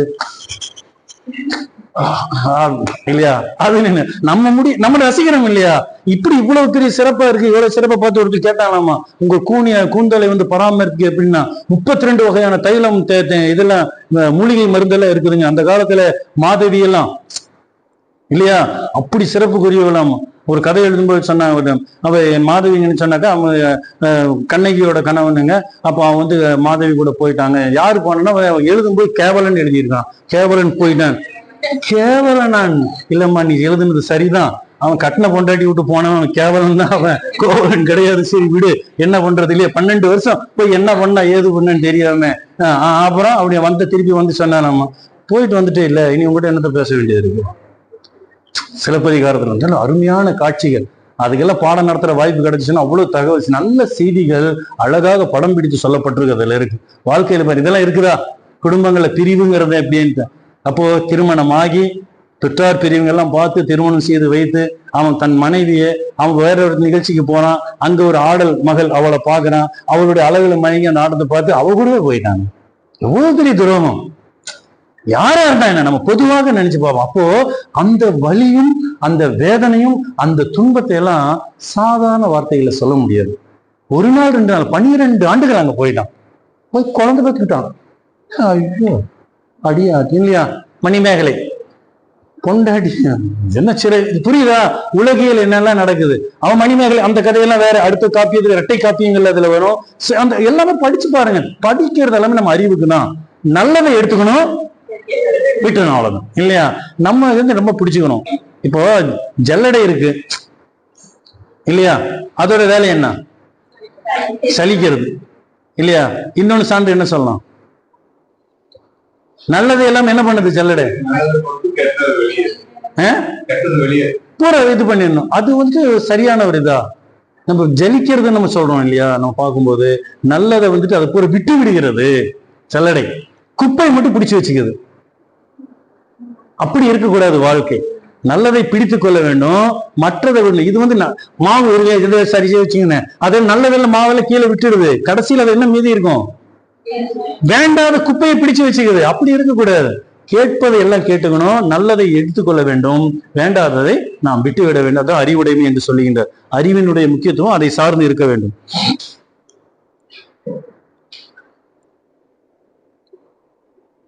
அடுத்து நெஞ்சோடு கிளத்தல் வந்துட்டோமா? நினைத்துண்டு சொல்ல என்று சொன்னவர் காதல் அவர் இலராக நீ நோவது பேதமை வாழி என் நெஞ்சு. நெஞ்சமே என்னவர் என் மீது அன்பில்லாமல் இருக்க நீ அவரை நினைத்து துன்புறுவது எனக்கு ஏதோ அறியாமை மாதிரி தான் தோன்றுகிறது என்று அவர் சொல்வதை போல இருக்கிறது. இருந்துள்ளி என் பரிதல் நெஞ்சே பரிந்துள்ள பைதல் நோய் செய்தார் கண் இல். நெஞ்சே, இதுவும் அதே மாதிரிதான். மனது நெஞ்சை அழைத்து சொல்வது போல, நெஞ்சமே நான் மட்டும் அவரை நினைத்து என்ன பயன்? என் தலைவனே என்ன நினைக்கணும் இல்ல. இப்ப ஒரு பக்கம் நினைச்சிட்டு இருந்தா அப்புறம் என்ன, ஒண்ணும் பலன் இல்ல. இரண்டு பக்கம் நினைச்சாதான் மகிழ்ச்சியா இருக்க முடியும் என்று சொல்லுகிறார். அது காவடியை போல என்று சொல்லுகிறார். ரெண்டு பக்கமும் சரியா இருக்கணும் இல்லையா? முருகப்பெருமான் எடுத்துட்டு போற காவடி ஒரு பக்கம் இப்படியே போயிட்டு இப்படியே போக முடியும், காவடி தூக்கிட்டு இல்லையா? இப்படியும் போக முடியாது, இப்படியும் போகும். அப்போ இப்படிதான் நேராக இருப்பது சரி. அப்போ காமம் ரெண்டு பக்கமும் இருக்கணும். அன்பு என்பதும் இரண்டு பக்கமும் சமமாக இருக்க வேண்டும் என்று சொல்லுகிறார். கண்ணும் கொளச்சேரி நெஞ்சே இவை என்னை தின்னும் அவர் காணலுற்று. மனமே நெஞ்சமே உள்ளமே சொல்லுகின்றார், என்னவரை காண என் கண்கள் துடிக்கின்றன தலைவனை பார்ப்பதற்காக.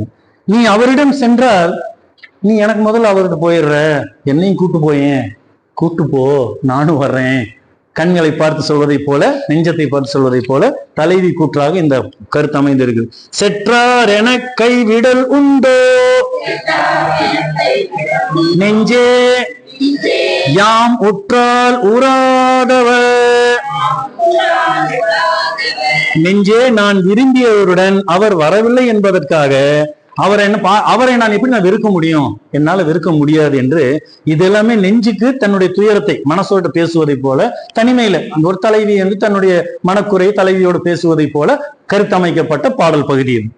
கலந்துணர்த்தும் காதலர் கண்டால் குளந்துணராய் பொய் காய்வு காய்த்தி என் நெஞ்சு. நெஞ்சே ஊடி பிரிந்து துன்பம் தந்த அவரை நீ சினவாமல் என் மீது கோபம் கொள்ற என்று மனதிடம் மனசு விட்டு பேசுவதை போல அமைக்கப்பட்டது. காமம் விடு ஒன்றோ நான் விடு நன் நெஞ்சே யானோ போரேன் இவ்விரண்டு.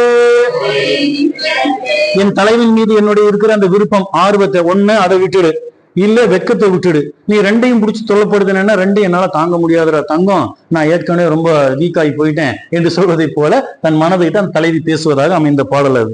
பரிந்தவர் நல்கார் என்று ஏங்கி பிரிந்தவர் பின் செல்வாய் பேதை என் நெஞ்சு.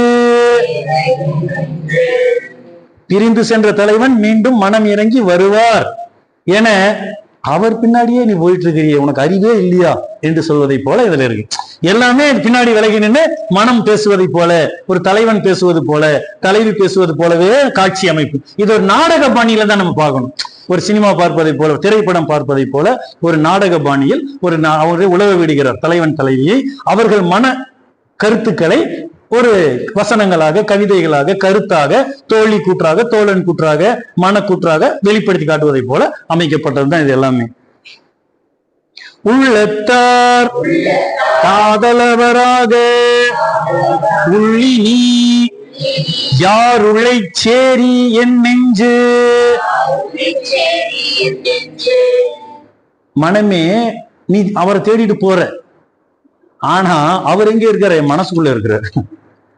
அவர் இங்கேயே இருக்கிறாரு. நீ ஏன் வெட்டி அலைச்சல் அலைஞ்சிட்டு உனக்கு வேற வேலை இல்லையா? மனசில கேட்பதை போல இருக்கு. மனமே என்னவர் என் உள்ளத்திலேயே இருக்க நீ அவரை தேடிட்டு எங்க போயிட்டு இருக்கிற, உனக்கு வேற வேலையே இல்லையா என்று கேட்பதை போல தலைவி கூற்று. துண்ணா துறந்தாரை நெஞ்சத்து உடையேமா இன்னும் இழந்தும் கவின். என்னை பிரிந்தவரை நான் என் உள்ளத்துக்குள்ளேயே வச்சிட்டு இருக்கேன், இருந்தாலும் என்னுடைய அழகு குறைகிறது, என்ன தெரியலையே, நேர்ல இல்லாததுனால. நேர்ல இருந்தா அந்த மகிழ்ச்சியில உடம்பு குறிச்சிடும், மகிழ்ச்சி வந்துடும். ஆனால் இல்லாததுனால மனம் வந்துட்டு மெலிந்து போயிருக்கு, சோகமா இருக்கு என்று சொல்வதை போல அது. அது மட்டுமல்ல, அந்த நிறை அழிதல்.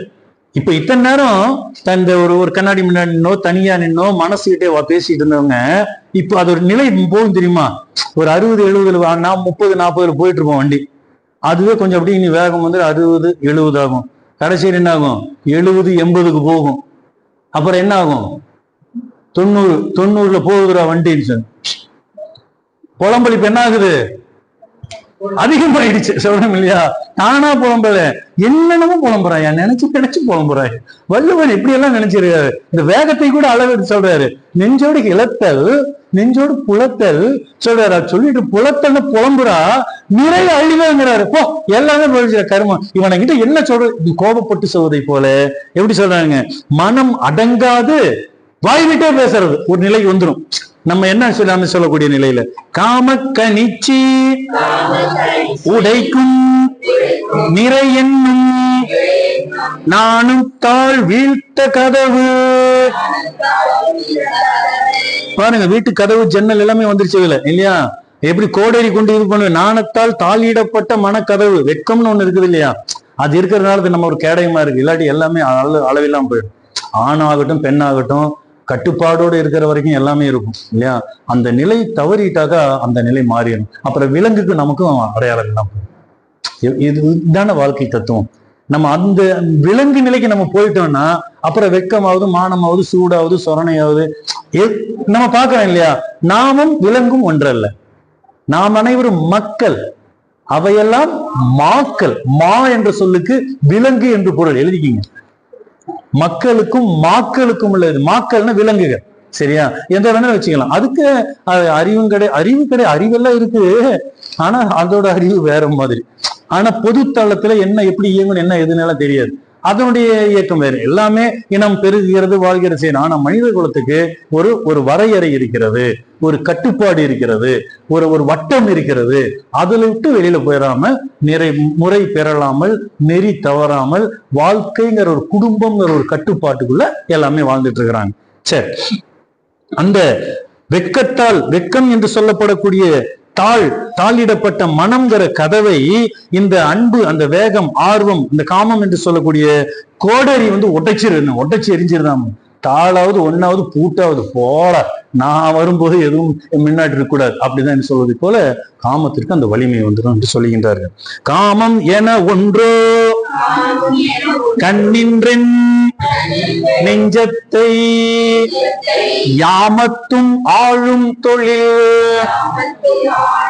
இந்த உணர்வு நமக்கு இரக்கமே கிடையாது. நள்ளிரவு நேரத்துல கூட மனசு வருத்தப்படுகிறது என்று சொல்வதை போல இருக்கிறது. மறை தேன் மண் காமத்தை யானோ குறிப்பின்றி தும்மல் போல் தோன்றிவிடும்.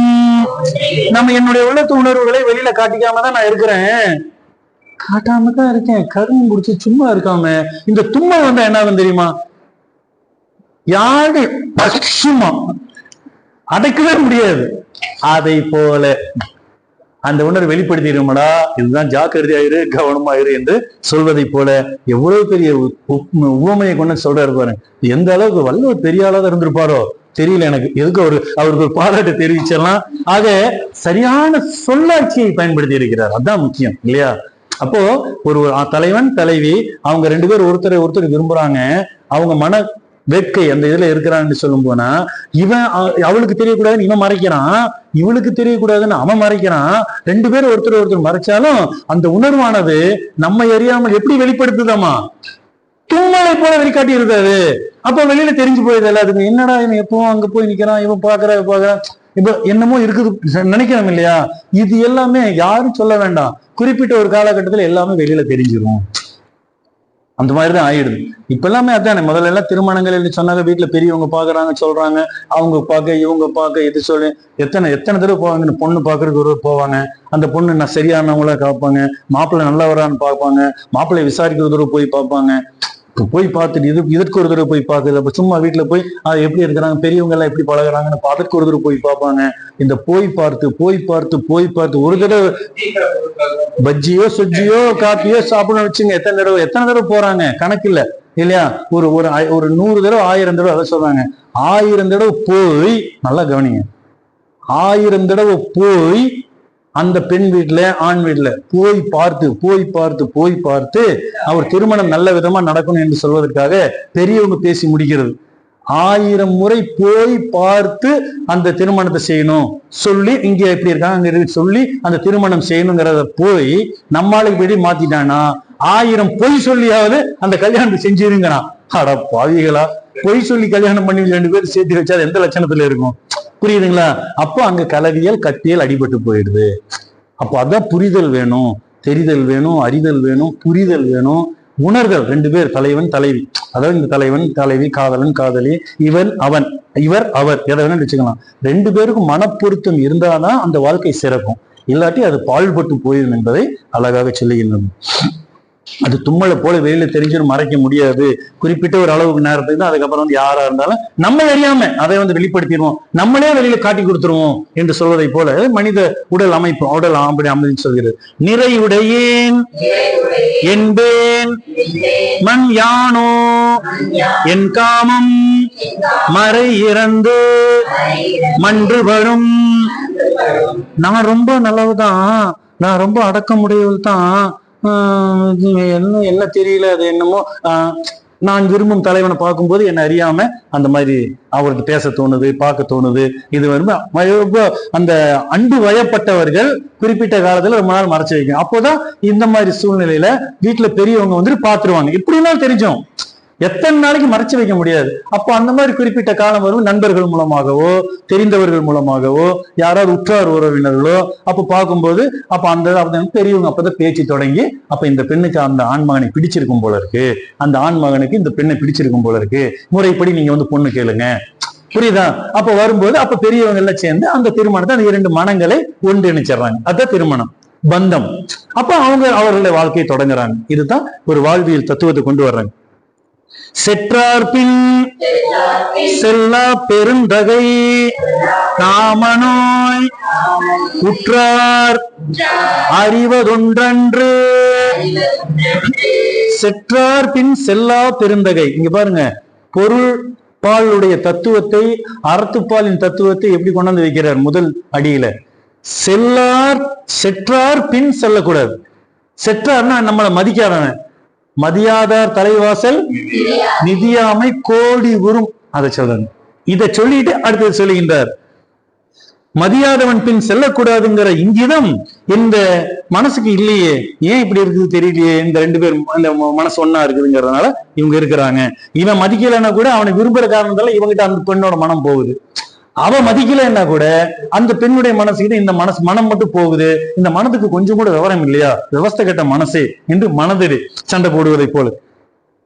செற்றவர் பின் சேரல் வேண்டி அளித்தரோ எற்றென்னை உற்ற துயர். மதியாதவர் பின் செல்ல வேண்டும் என என்னை வருந்துகின்ற துன்பம் இறங்கத்தக்கதே ஆகும். நான் என ஒன்றோ அரியலம் காமத்தால் பேணியார் பெட்பச்சையின். என்னை விரும்பியவர் நான் விரும்பியதை செய்தால் நாணம் என்ற ஒன்றை நான் அறிய மாட்டேன் என்று சொல்கின்றார். பன்மாய கல்வன் பணிமொழி அன்றோ நம் பெண்மை உடைக்கும் படே. என் மனத்தை கவர்ந்த கல்வனின் கனிந்த பேச்சுதான் என்னுடைய தன்மை, பெண்ணை தன்மையை படை உடைக்கும் படை கருவி போல் இருக்கிறது என்று சொல்கின்றார். புலப்பல் எனச் சென்றேன் புள்ளினேன் நெஞ்சம் களத்தல் உருவது கண்டு அவர்கிட்ட கோபிக்கணும்னு நினைச்சுதான் நான் போனேன். ஆனா அவரை பார்த்த உடனே என்னோட கோபம் எல்லாம் போயிடுச்சு. அவரோட மகிழ்ச்சியா இருக்கு தோன்றுகிறது என்று சொல்லப்படுகிறது. நினம் தீயில் இத்தன்ன நெஞ்சினார்க்கு உண்டோ புணர்ந்தூடி நிற்பேன் என நெருப்பிலிட்ட நெய்யை போல உருகி விடுகிறது இந்த நெஞ்சம். நெருப்புல போய் போட்டா என்ன நெய்யை போட்டா அது தானா உருகிடும். அதை போல அவர்கிட்ட போய் இங்க சண்டை போட்டு நிக்கிறதுக்கு எங்க மனசை கேட்க மாட்டேங்குது, தானாகவே உருகி விடுகிறது. அவரோடு அன்பாக இருக்கத்தான் தோன்றுகிறது என்று. அது மட்டுமல்ல, பிரிந்து சென்ற தலைவன் தன்னிடம் வர வேண்டும் என்பதற்காக மனம் துடிக்கிறது, வருந்துகிறது என்பது அடுத்த அதிகாரம். அவர் வயின் விதும்பல் வாளற்று கென்ற கண்ணும் அவர் சென்ற நாள் ஒற்றி தேய்ந்த விரல். நாள் ஒற்றி தேய்ந்த விரல். அப்படி நாள் ஒரு நாள் ஆயிடுச்சு, 2 நாள் ஆயிடுச்சு, 3 நாள் ஆச்சுன்னு செவுற்றுல வந்துட்டு நாள் போட்டு அவர் போய் வீட்டுக்கு போய் 3 நாள் ஆயிடுச்சுல, 4 நாள் ஆயிடுச்சு, அதையே நினைச்சிட்டு இருக்கும்போது எங்களுக்கு செவுத்துல போட்டு போட்டு விரல் தேஞ்சு போயிடுச்சாங்க. என்ன ஒரு கற்பனை பாருங்க இல்லையா? அவர் பிரிந்த நாட்களை எண்ணி எண்ணி ஒளி இழந்தது மட்டுமல்ல, என் விரல்களும் தேய்ந்து விட்டன. இளங்கிளாய் இன்று மரப்பின் என் தோள் மேல் களம் கழியும் காரிகை நீட்டு. இனிய தோழியே தோழி கூற்று, இனிய தோழியே தலைவி கூற்று இல்லையா? தோழியை கிட்ட சொல்வதை போல, நான் என்னவரை மறந்தால் உடனே என் அழகு நீங்கி உடம்பு இழைச்சு கை வளையல் கூட கலந்து போயிருது. எவ்வளவு துன்பப்படுத்தி போயிடுறாரு பத்தியா என்று சொல்வதை போல, உரன் நசை உள்ளம் துணையாக சென்றார் வரல் நசை இன்னும் உளே. அவர் திரும்பி வரேன்னு சொல்லிட்டு போனதுனாலதான் நான் இன்னும் உயிரோட இருக்கேன், இல்லாட்டி நான் என்னைக்கோ இறந்திருப்பேன் என்று சொல்வதை போல இந்த கருத்து அமைஞ்சிருக்கு. இது எல்லாமே ஒரு புலம்பல் தான் இல்லையா? புலம்பலை சொல்வதை போல, தலைவி கூற்றாக தலைவன் பிரிஞ்சு போனதை நினைச்சு சொல்வதை போல அமைக்கப்பட்டிருக்குது. கூடிய காமம் பிரிந்தார் வர உள்ளே கோடு கொடேறும் என் நெஞ்சு. மகிழ்ந்து சேர்ந்திருந்தவர் பிரிந்து சென்று விட்டார். அவர் வரவை விரும்பி வழி மேல் விழி வைத்து காத்துக்கொண்டே இருக்கிறது என் மனம். என்னைக்காவது வருவார், எப்படியாவது வருவார், வந்து மீண்டும் நாம் இணைந்து மகிழ்ச்சியா சந்தோஷமாக இருப்போம் என்று சொல்வதை போல இந்த பாடல் அமைந்திருக்கு. கான் கமன் கொன்கனை கண்ணார கண்ட பின் நீங்கும் என் மென்தோல் பசப்பு. என் தலைவன் திரும்பி வந்துட்டாருன்னா நான் அவரை பார்த்துட்டேனாக்கா என்னுடைய பசப்பு தன்மை, அதாவது மெலிஞ்சி இருக்கிற சோகம் சோர்வு எல்லாம் போய் மீண்டும் மகிழ்ச்சி எனக்கு வந்துவிடும் என்று சொல்கின்றார். வருகமன் கொன்கன் ஒரு நாள் பருகுவேன் ஐதல் நோய் எல்லாம் கெட. கொன்கன் என்பது தலைவனை குறிக்கும். தன்னுடைய தலைவன், தன்னுடைய விரும்புவதற்குரிய தலைவன், அந்த கணவன், இல்லத்தரசன், எப்படின்னு சொன்ன தலைவனுக்கு கொன்கன் என்று பொருள். என்னவர் உறுதியாக ஒரு நாள் திரும்பி வருவார். நம்பிக்கை தான் வாழ்க்கையில, நிச்சயமாக அவர் வருவார். அன்று என்னுடைய துன்பம் எல்லாம் நீங்கி நான் மகிழ்ச்சி அடைந்து விடுவேன் என்று சொல்வதை போல இருக்குது. புலப்பேன் கொள் புல்லுவேன் கொள்ளோ கலப்பேன் கொள் கண்ணன்ன கேளிர் வரின். பிரிந்த என்னவர் திரும்பியவுடன் நான் அவரோட கூடுவேனோ, சண்டை போடுவேனா, மகிழ்ச்சியா இருப்பேனா, என்ன செய்வேன்னே எனக்கு ஒண்ணும் தெரியல, அவர் வரட்டும், பண்றதுக்கு அப்புறம் பாத்துக்கலாம் என்று சொல்வதை போல அந்த பாடல். வினை கலந்து வென்றீக வேந்தன் மனை கலந்து மாலை அயர்கம் விருந்து.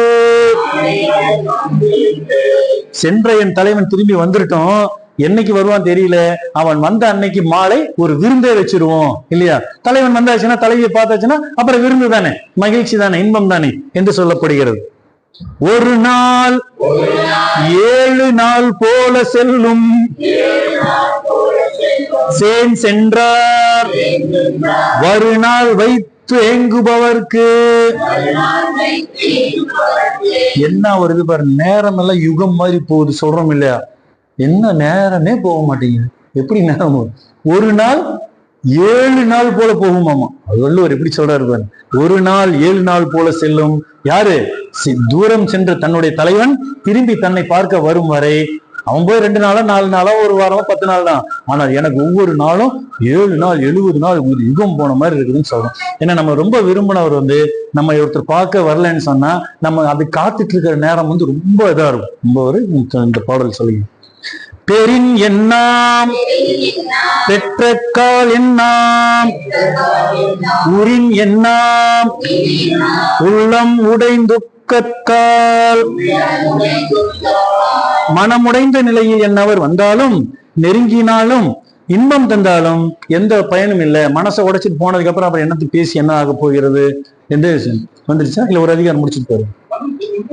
இந்த ஒரு அதிகாரம் முடிச்சுட்டு போறோம். குறிப்பு அறிவுறுத்தல். ஒரு செய்தி நமக்கு இருக்குதுன்னு சொல்லு. தன்னுடைய மனக்குறிப்பை இந்த இடத்துல வெளிப்படுத்துவது போல குறிப்பறிதல்னு 3 இடத்துல வருது.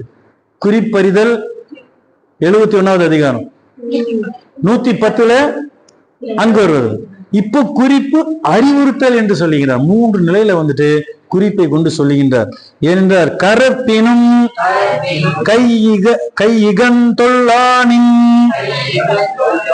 உன் கண் உரைக்கல் உருவது ஒன்று உண்டு. இது தலைவன் கூற்று. இத்தனை நேரம் தலைவி சொன்னது மாதிரி தோல்வி சொன்ன மாதிரி வந்தது. இது தலைவன் கூட்டுல பாருங்க. என்னவளே இவன் பேசுறான். இப்போ நீ பாக்குற, ஆனா அந்த பார்வையிலே ஏதோ ஒரு செய்தி எனக்கு சொல்லிடுற, ஒரு குறிப்பு இருக்குது என்று சொல்வதை போல நீ மறைச்சிடுற, நீ சொல்ல மாட்டேங்கிற, ஆனா என்னமோ என்கிட்ட பேசுற, என்னமோ ஒன்று சொல்லுகிறாய், அதில் ஒரு குறிப்பு இருக்கிறது என்று தலைவன் சொல்வதை போல. கண் நிறைந்த காரிகை காம்பேர் தோல் பேதைக்கு பெண் நிறைந்த நீர்மை பெரிது. கண் நிறைந்த அழகிய என் துணைவிக்கு பெண்மை குணம் கொஞ்சம் மிகுதியாகவே இருக்கிறது. அது அவளுக்கு ஒரு அழகாதான் இருக்கு. இவர் தலைவன், தலைவிதான் தலைவனை பார்த்து விரும்பணுமா? தலைவனை விரும்புவான் இல்லையா? எல்லாருமே அப்படிதான். இவங்க சொல்லுவாங்க, அவங்க அதிகமா சொல்ல மாட்டாங்க இல்லையா? ஆண்கள் படப்படம் சொல்லி சொல்லிடணும், அவனுக்கு தெரிஞ்சு அதுதான், வேற ஒண்ணும் இல்லை. ஆனா பெண்கள் அவ்வளவு சீக்கிரம் சொல்ல மாட்டாங்க. ஆனா இவங்களும் ரசிப்பாங்க அவங்க இல்லையா? ஒரு நம்ம அம்மா நம்ம அப்பாவை ரசிக்காம இருக்க முடியுமா? உண்டா இல்லையா? தலைவன் இப்ப அப்பா தானே. நான் ரகசியம் சொல்லலாமா, வெளிப்படையா சொல்றேன். அம்மா தலைவி, அப்பா தலைவன். தலைவனு தலைவி அவனு விரும்பாம இருந்தா நம்ம வந்தே இருக்க மாட்டோம். சரி நான் இங்க பார்த்து வந்துடலாம். சரி, ஆக வாழ்க்கை இதுதான். தாத்தா பாட்டி எடுத்துக்கிடுங்க. தாத்தா தலைவன் உண்டா இல்லையா?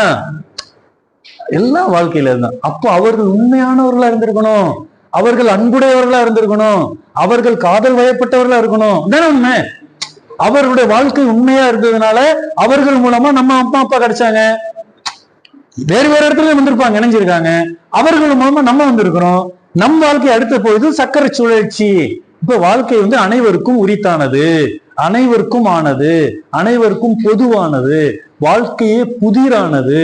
அந்த புதிரை விடுவிக்கக்கூடியது இலக்கியங்கள், அறிவுரைகள், ஆன்றோர்கள், ஆசான்கள். அதை சரியாக சொல்லி புரிய வைக்கலன்னா அது வேற மாதிரி போயிடும். சரியாதான் நமக்கு சொல்லப்படுகிறது. மணியில் திகழ் தரு நூல் போல மடந்தை அணியில் திகழ்வதொன்றுண்டு. முத்து மணிகளை வச்சு, முத்துக்களை வச்சு மணிக்கிற முத்து மணி மாலை ஒரு பாடல் வரி. சரியா? நான் பாட்டு பாடல, கேட்டிருக்கணும் எல்லாருமே. சரியா? முத்து நல்லா இருக்கும், பாட்டு நல்லா இருக்கும். அது அவரு சார் அந்த பாட்டு ரொம்ப நல்ல, அந்த பாட்டை பாடுற அந்த சிறையில 2 பேரும் அதுவும் நல்லா இருக்கும்.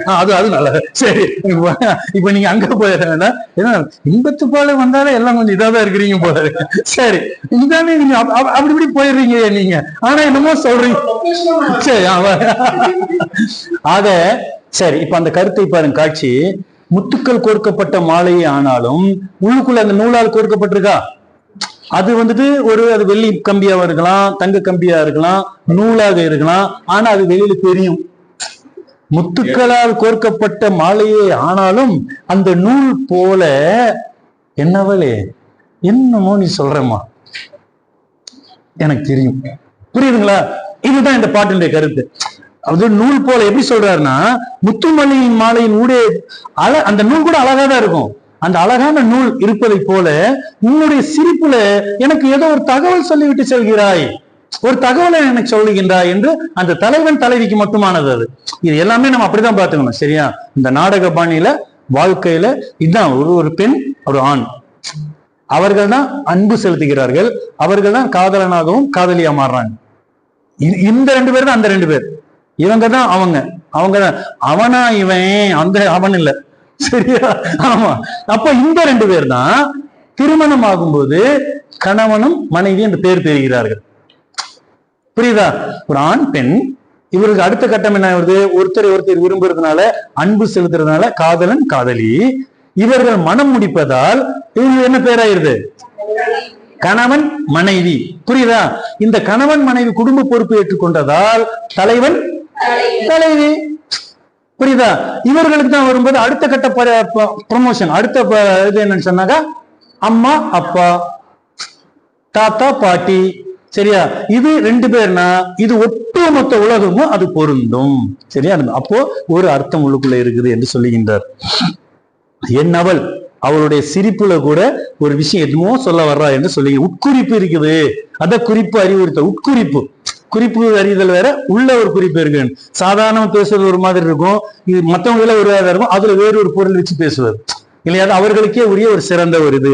முகை முக்குள் உள்ளது நாற்றம் போல் பேதை நகை மொக்குள் உள்ளதொன்று உண்டு. மொட்டு விரியாத அந்த மலரே மனமானதுதான். அந்த மொட்டுக்குள்ள அந்த மலர் விரிந்தா இன்னொரு ஸ்மெல் மனம் வீசும். ஆனா அதற்குள்ள அந்த மனம் இருக்குது இல்லையா? அந்த மொட்டு விரியாத மலருக்குள் இருக்கும் மனம் போல என் தலைவி, என் உள்ளத்துக்கு இனியவள், என் இல்லத்துக்குரியவள், என் உள்ளத்துக்கு இனியவள். தானே உண்மை. இனிப்பு இல்லைன்னு அப்புறம் எப்படி அதில் வாழ்க்கை இதை கசப்பாயிடக்கூடாது இல்லையா? அப்போ அதை விட்டு ஒரு குறிப்பு உண்டு. மொட்டு விரியாத மலரில் உள்ள நறுமணம் போல இந்த பெண்ணினுடைய சிரிப்புல கூட முன்புருவல் சாதாரண பெருசா சிரிக்கல, அவ்வளவுதான். அவ சிரிக்கிறத முகமே அது அப்படியே லேசா ஒரு மாற்றம் மட்டும் தெரியுது. ஆனா அதுலயே இவனுக்கு வேண்டிய தகவல் கிடைத்து விடுகிறது என்று சொல்லுகிறார். சரி தோடி செய்திறந்த கள்ளம் உருதுயர் தீர்க்கும் மருந்தொன்று உடைத்து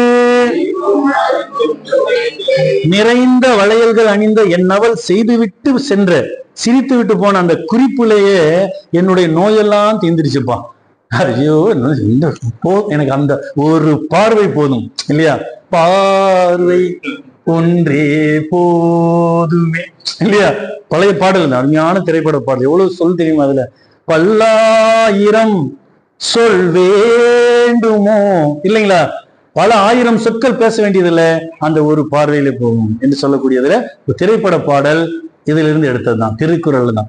நம்ம திருக்குறள் போட்டிகள் எல்லாம் வரப்போகுது, அடுத்து நான் சொல்ல போறேன், நினைவு வச்சுக்கோங்க.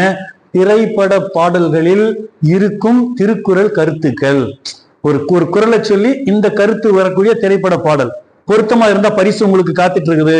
என்னென்ன போட்டிகளா வரப்போகுதுன்னு அடுத்து இப்ப நம்ம ஐயா நானும் சொல்லுவேன், பயன்படுத்திக்கிங்க, முடிச்சிட்டு பண்ண. சரியா? ஆக திரைப்பட பாடல்கள் அந்த காலத்துல நிறைய கவிஞர்கள் எல்லாமே வள்ளுவத்திலிருந்து எடுத்த கருத்துக்களை வச்சுதான் பாடல்களை பண்ணு.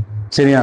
நான் பார்க்கும்போது நீ என்ன பார்க்கிற, நான் பார்க்காத போது என்னை நீ பார்க்கிற அப்படின்னு ஒரு திரைப்பட பாடல். உன்னை நான் பார்க்கும் போது விண்ணை நீ மண்ணை நீ பார்க்கின்றாயே, விண்ணை நான் பார்க்கும் போது என்னை நீ பார்க்கின்றாயே, நிலவென்ன மாயா பெண்ணாம் பாருங்க, அது நிலவு ஒரு பெண்ணாகி. திரைப்பட பாடல் தான்.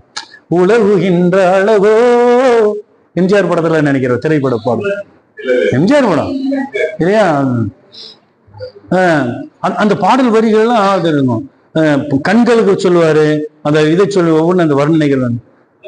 ஆமா, அதுல திரைப்பட பாடல்கள் எல்லாமே திருக்குறள் கருத்துக்களை எடுத்துட்டு அந்த காதல் பாடல்கள் நிறைய வடிவமைச்சிருங்க. தத்துவ பாடல்கள், இயல்பு, என்ன அம்மா அப்பாவை பார்த்து சொல்ற மாதிரி, மாபெரும் சபை தன்னில் நீ நடந்தால் உனக்கு மாலைகள் விழ வேண்டும், ஒரு மாற்று குறையாத மன்னவன் இவன் என்று போற்றி புகழ வேண்டும் இல்லையா? அப்ப அந்த நிலை வரும்போது அந்த அம்மா எவ்வளவு சந்தோஷப்படுவா.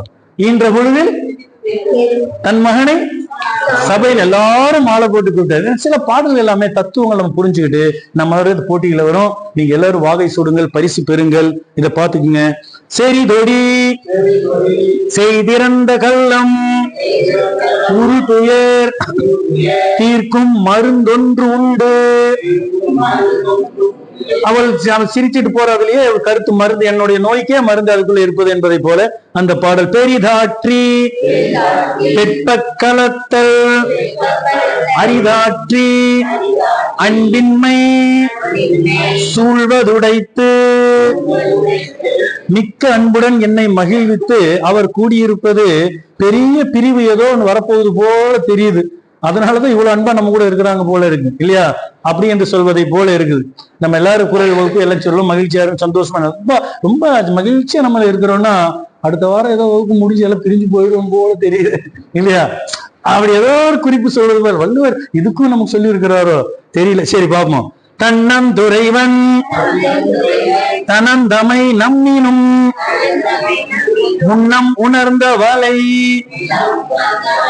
ஒருவேளை இந்த தலைவன் நம்மை விட்டு பிரிந்து விடுவான் என்று முதல்லயே தெரிந்து கொண்டதால் தான் என்னுடைய வளையல் என் கையிலிருந்து வெளியில வருதோ, உடம்பு இழைச்சிருச்சோ, கை இழைச்சிருச்சோ, தானாவே வேலையில் வெளியில வருது என்று சொல்வதை போல அதை தொடர்ந்து அடுத்த குரலாக நெரு நற்று சென்றார் எம் காதலர் யாமும் எழு நாளேன் மேனி பசந்து. நெரு நெரு நற்று, நெருநல் என்றால் நேற்று என்று பொருள். தமிழ் சொல்லிதல நம்ம பயன்படுத்தணும். நெருநல் உளன் ஒருவன் இன்று இல்லை என்னும் பெருமை உடைத்து இவ்வுலகு. நிலையாமையில சொல்றாரு இல்லையா?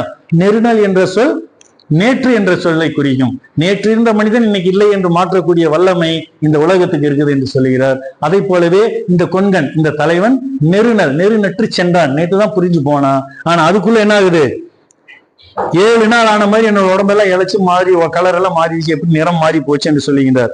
தொடி நோக்கி மென்தோளும் நோக்கி அடி நோக்கி அதுதான் டவல் செய்தது. இந்த நோக்கி நோக்கி நோக்கி சொல் பொருள் பின் வரும் நிலை அணி. அணி இலக்கணத்துல வந்துருது, ஞாபகம் வச்சுக்கிடுங்க. கை வளையலையும் தன் தோளையும் தன் காலையும் மாறி மாறி பார்க்கறதுல இருந்து தன்னுடைய நிலையை உணர்த்துகிறாள். காலில் இருக்கிற கொலுசு, கையில இருக்கிற வளையல் இல்லையா, தன்னோட தோலை பார்க்கிற இவ மாறி மாறி சொல்றது ஏதோ ஒரு குறிப்பு சொல்லுகின்றாள்.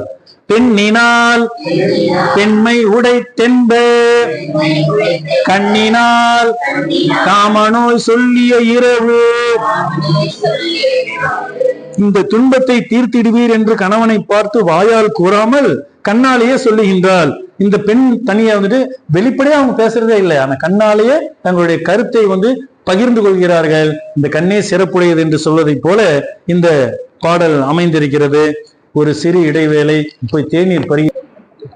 அனைவருக்கும் மீண்டும் ஒரு முறை அன்பு வணக்கம். குரல் நுண்பயிற்சி வகுப்பு சிறு இடைவேளைக்கு பிறகு மீண்டும் வகுப்பு தொடர்கிறது.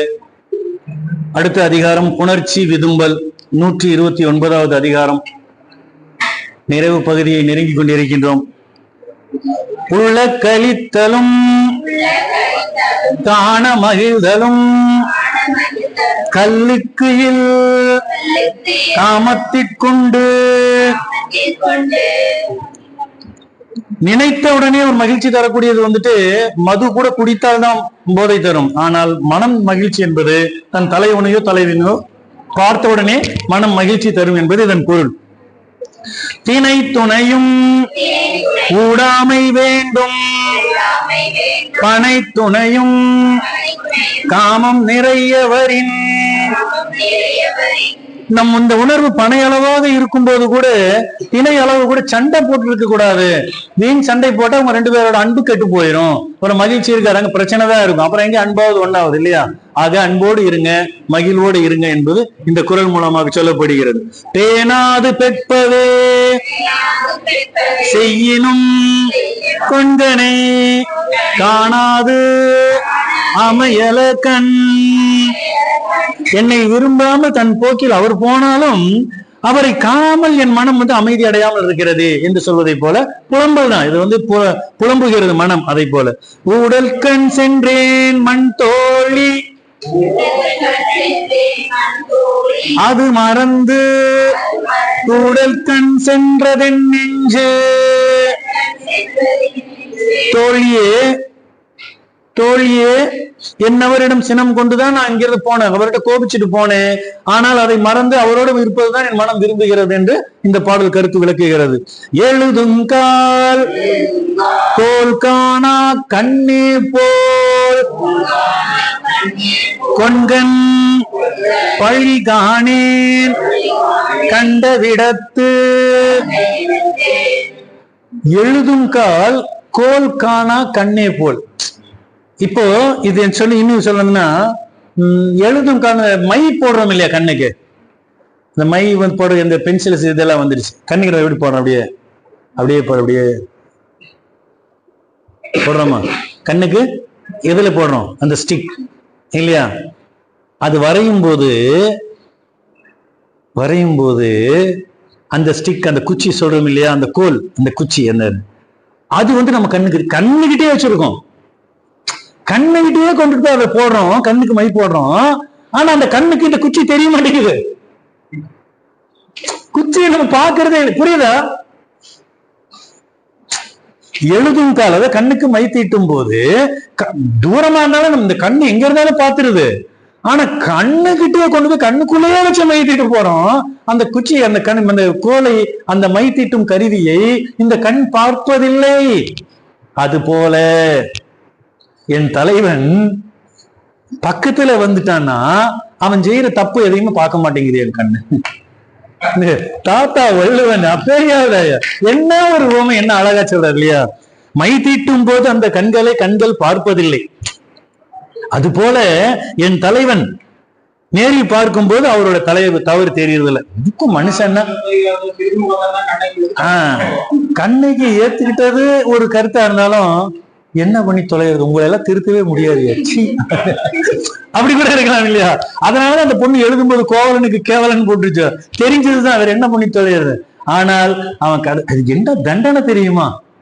அதை விட ஒரு பெரிய தண்டனை, 12 வருடங்களுக்கு பிறகு அவனை வெறுத்து ஏதோ ஒரு பிணக்கம் வந்து ஏதோ ஒரு சூழல், அந்த பாடல்ல வரும்போது, காணல் வரியில வரக்கூடியது, அதை பார்த்துட்டு வரும்போது ஒரே செகண்ட்ல வெறுத்துறான் மாதவிய. நான் மீண்டும் என் மனைவியை விட்டுட்டு வந்துட்டேன். அப்போதான் புத்தி வருதா? மனைவி விட்டுட்டு வந்தது, திரும்பி வர்றான், மனைவி கிட்ட வந்தாச்சு. 12 ஆண்டுகளுக்கு பிறகு வர்றான், வீட்டுல இருக்கிறான், வந்து பாக்குறான். முதல் பார்வை பொண்டாட்டி 12 வருஷத்துக்கு அப்புறம், புரியுதா? பாக்குறான், வேறொரு பெண்ணா இருந்தா எங்கேயா போயிட்டு வந்து எங்க போய் மேய்ஞ்சிட்டு வர்ற, நீ எல்லாம் ஒரு மனுஷனா, ஆம்பளையா, அப்படியா இப்படியே போட்டு உலுக்கி எடுத்து இது பண்ணியிருப்பாங்க வேறொரு பெண்ணா இருந்தா. ஆனால் கண்ணகி எதுவுமே சொல்ல. அதுவே அவனுக்கு எப்படி இருந்திருக்கும்? செருப்பு, அதாவது இந்த செருப்பு கடையில, இந்த டவுன் ஹால் பக்கம் எல்லாம் போனா பெரிய செருப்பு கடை நேரடியா ஒருத்தர் வந்து நம்ம சாறு மாதிரி கூப்பிட்டு திட்டி அடிச்சு மிரட்டியா கூட பரவாயில்ல. ஆனா பேசாம இருந்துட்டா நம்ம மனசே நம்மளை போட்டு புளிஞ்சிடும், தவறு இல்லையா? ஆனா அந்த சூழ்நிலை எல்லாம், அவன் பெரிய தனவந்தன், பெரிய வசதி படைத்தவன் கோவலன், வணிக தொழில் அதிபர்ல மன்னனுக்கு சமமானவன், வணிகர்ல உயர்ந்த இருந்தவன், எல்லா பொருள் ரத்தன குவியலை வச்சு வியாபாரம் செய்யறவன், ரத்தன வியாபாரி. பொய்கள் அத்தனையும் இழந்து விட்டான், எல்லாம் வந்து கொடுத்துட்டான், எல்லாம் போயிடுச்சு. கடைசியில வந்து இனி வாழ்றது எதுவுமே இல்லை. இப்பதான் எனக்கு புத்தி வந்திருக்குது, நான் மீண்டும் மனிதன் ஆகணும், உனக்கு என்ன வேணும் வந்திருக்கும்போது, பணம் இல்லைன்னு வந்திருக்கிறியா, இந்தா கொலுசை கொடுத்து தருகின்றார், கொண்டுட்டு போ, இதுல மாணிக்க பொருள் இருக்கு, போய் வித்துக்கோ, நல்லா இருப்போ போங்கிறான். இவனுக்கு சப்த நாடி முடிந்து விடுகிறது. மனைவியுடைய பண்பு பாருங்க, இதுதான். இனி அவங்ககிட்ட கோபிச்சு என்ன பண்றது, என்ன சொல்றது பாருங்க, ஒரு பண்பை கொண்டு வர்றான். அப்ப சொல்லும் போது அவன் கூப்பிடுறான், சரி வா, எழுக என்றனை, எழுந்த உடனே வந்துட்டேன், நான் என்னன்னு கூட எங்க நீ கேட்கலையே என்று சொல்லுகின்றான். எழுக என்றவன் எழுந்தனையே நீ என்று சொல்லும் போது அவ சொல்லுகின்றார். அவ கூட மறுபடி வருகின்றார். எங்கே மீண்டும் மதுரையை நோக்கி பயணிக்கிறாங்க. அப்பவும் கூட வர்றாங்க. அந்த மாதிரி அதெல்லாம் சரி, அந்த செய்திக்குள்ள போனா மறுபடியும் எதுக்கு சொல்றேன்னா, தன்னுடைய வாழ்க்கை தரத்துல வந்துட்டு தவறிழைத்தவன் கூட திருந்தக்கூடிய ஒரு நிலை வரும். ஆனால் அப்படிப்பட்ட தலைவன் தவறு செய்தால் கூட தலைவி சமயத்தில் நேர்ல வரும்போது கோபிக்க மாட்டேங்கிறாளே, இதுதான் தமிழர்கள் தமிழச்சியினுடைய பண்பாடோ, மறப்போம் மன்னிப்போம் சொல்லிட்டு சொல்லக்கூடிய ஒரு நிலை கொண்டு வருங்க. நேரில் பார்க்கும் போது அந்த தவறுகள் எனக்கு தெரியறது இல்லை, தவறுதான் தப்புதான் செஞ்சுட்டான் போன்னு நினைக்கிறது. எழுதுங்கால் கோல் காணா கண்ணை போல் என்று சொல்லினேன். கண்கள் இந்த மை தீட்டும் கருவியை பார்க்காததை போல. காணும் கால் காணேன் தவறாயே, காணா கால் காணேன் தவறல்லவை. நேர்ல பார்க்கும்போது அவர் செய்யற தப்பு எதுவும் தெரிய மாட்டேங்குது, மரம் தொலைச்சிடறேன், அவரை தான் நான் பார்க்கிறேன், அவரோட இருக்கிறேன், மகிழ்ச்சியா இருக்கேன், அவ்வளவுதான் என்று சொன்னவர் அவரை பார்க்காத போது தவறுகளை தவிர வேற எதுவும் எனக்கு தெரிய மாட்டேங்குது. அப்போ அந்த மாதிரிதான் இருக்குது. பக்கத்துல எல்லா தவறும் மறந்து போயிருக்கு. என்னடா இவனை ஒண்ணுமே புரிஞ்சுக்க மாட்டேங்குது. தலைவியை கூட்டு கொண்டு வருகின்றார். பொய்த்தல் அறிந்து புனல் பாய்பவரே போல, பொய்த்தல் அறிந்தென் புலந்து. தண்ணி பாத்தீங்கன்னா அந்த சுழல் வந்துச்சுன்னா ரொம்ப ஆபத்து, அபாயகரமானது, டேஞ்சர் சொல்றோம் இல்லையா.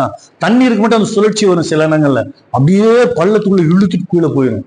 சில இடங்கள்ல நீர் சுழற்சிம்பாங்க. தண்ணீர்ல ரொம்ப ஆபத்தான இடங்கள். என்னதான் நீச்சல் தெரிஞ்சவனா இருந்தாலும் அந்த சுழற்சியில சிக்கனா அவ்வளவுதான், அப்படியே உள்ள இழுத்துட்டு போய் எங்கேயாவது பாறையில எங்கேயாவது சிக்க வச்சு போயிடணும், வெளியே வர முடியாது.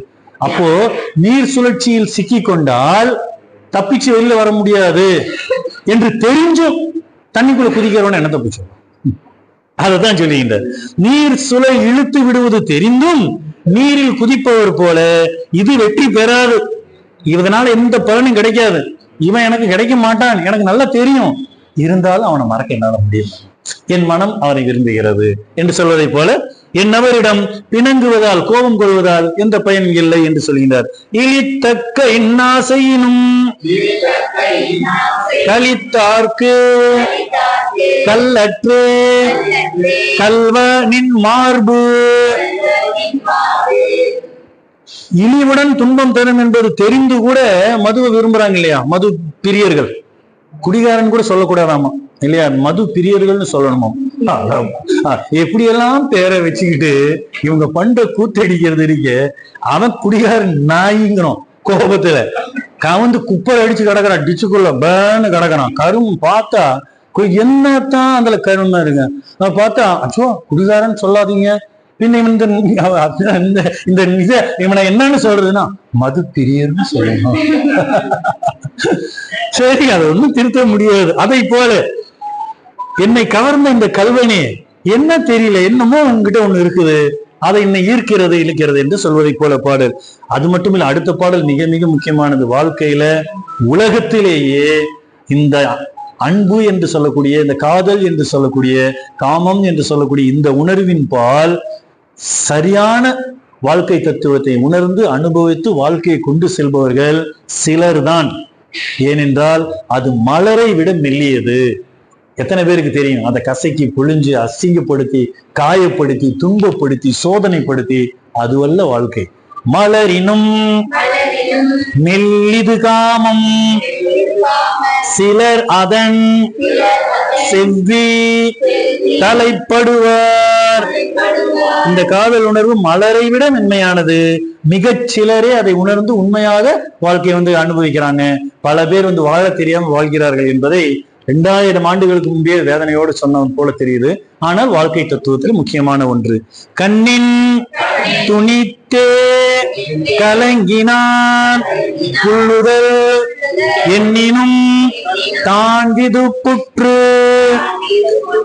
என் துணைவி கண்களால் பிணக்கம் கொண்டு தடுமாறினாள், ஆனால் என்னை விட விரைவாகவும் இருக்கின்றாள் என்னோடு இணைவதற்கு என்று சொல்லும் அவர்தான். அடுத்தது நெஞ்சொடு புலத்தல். 2 பேர் அவங்க மனசோட புலம்புறாங்க.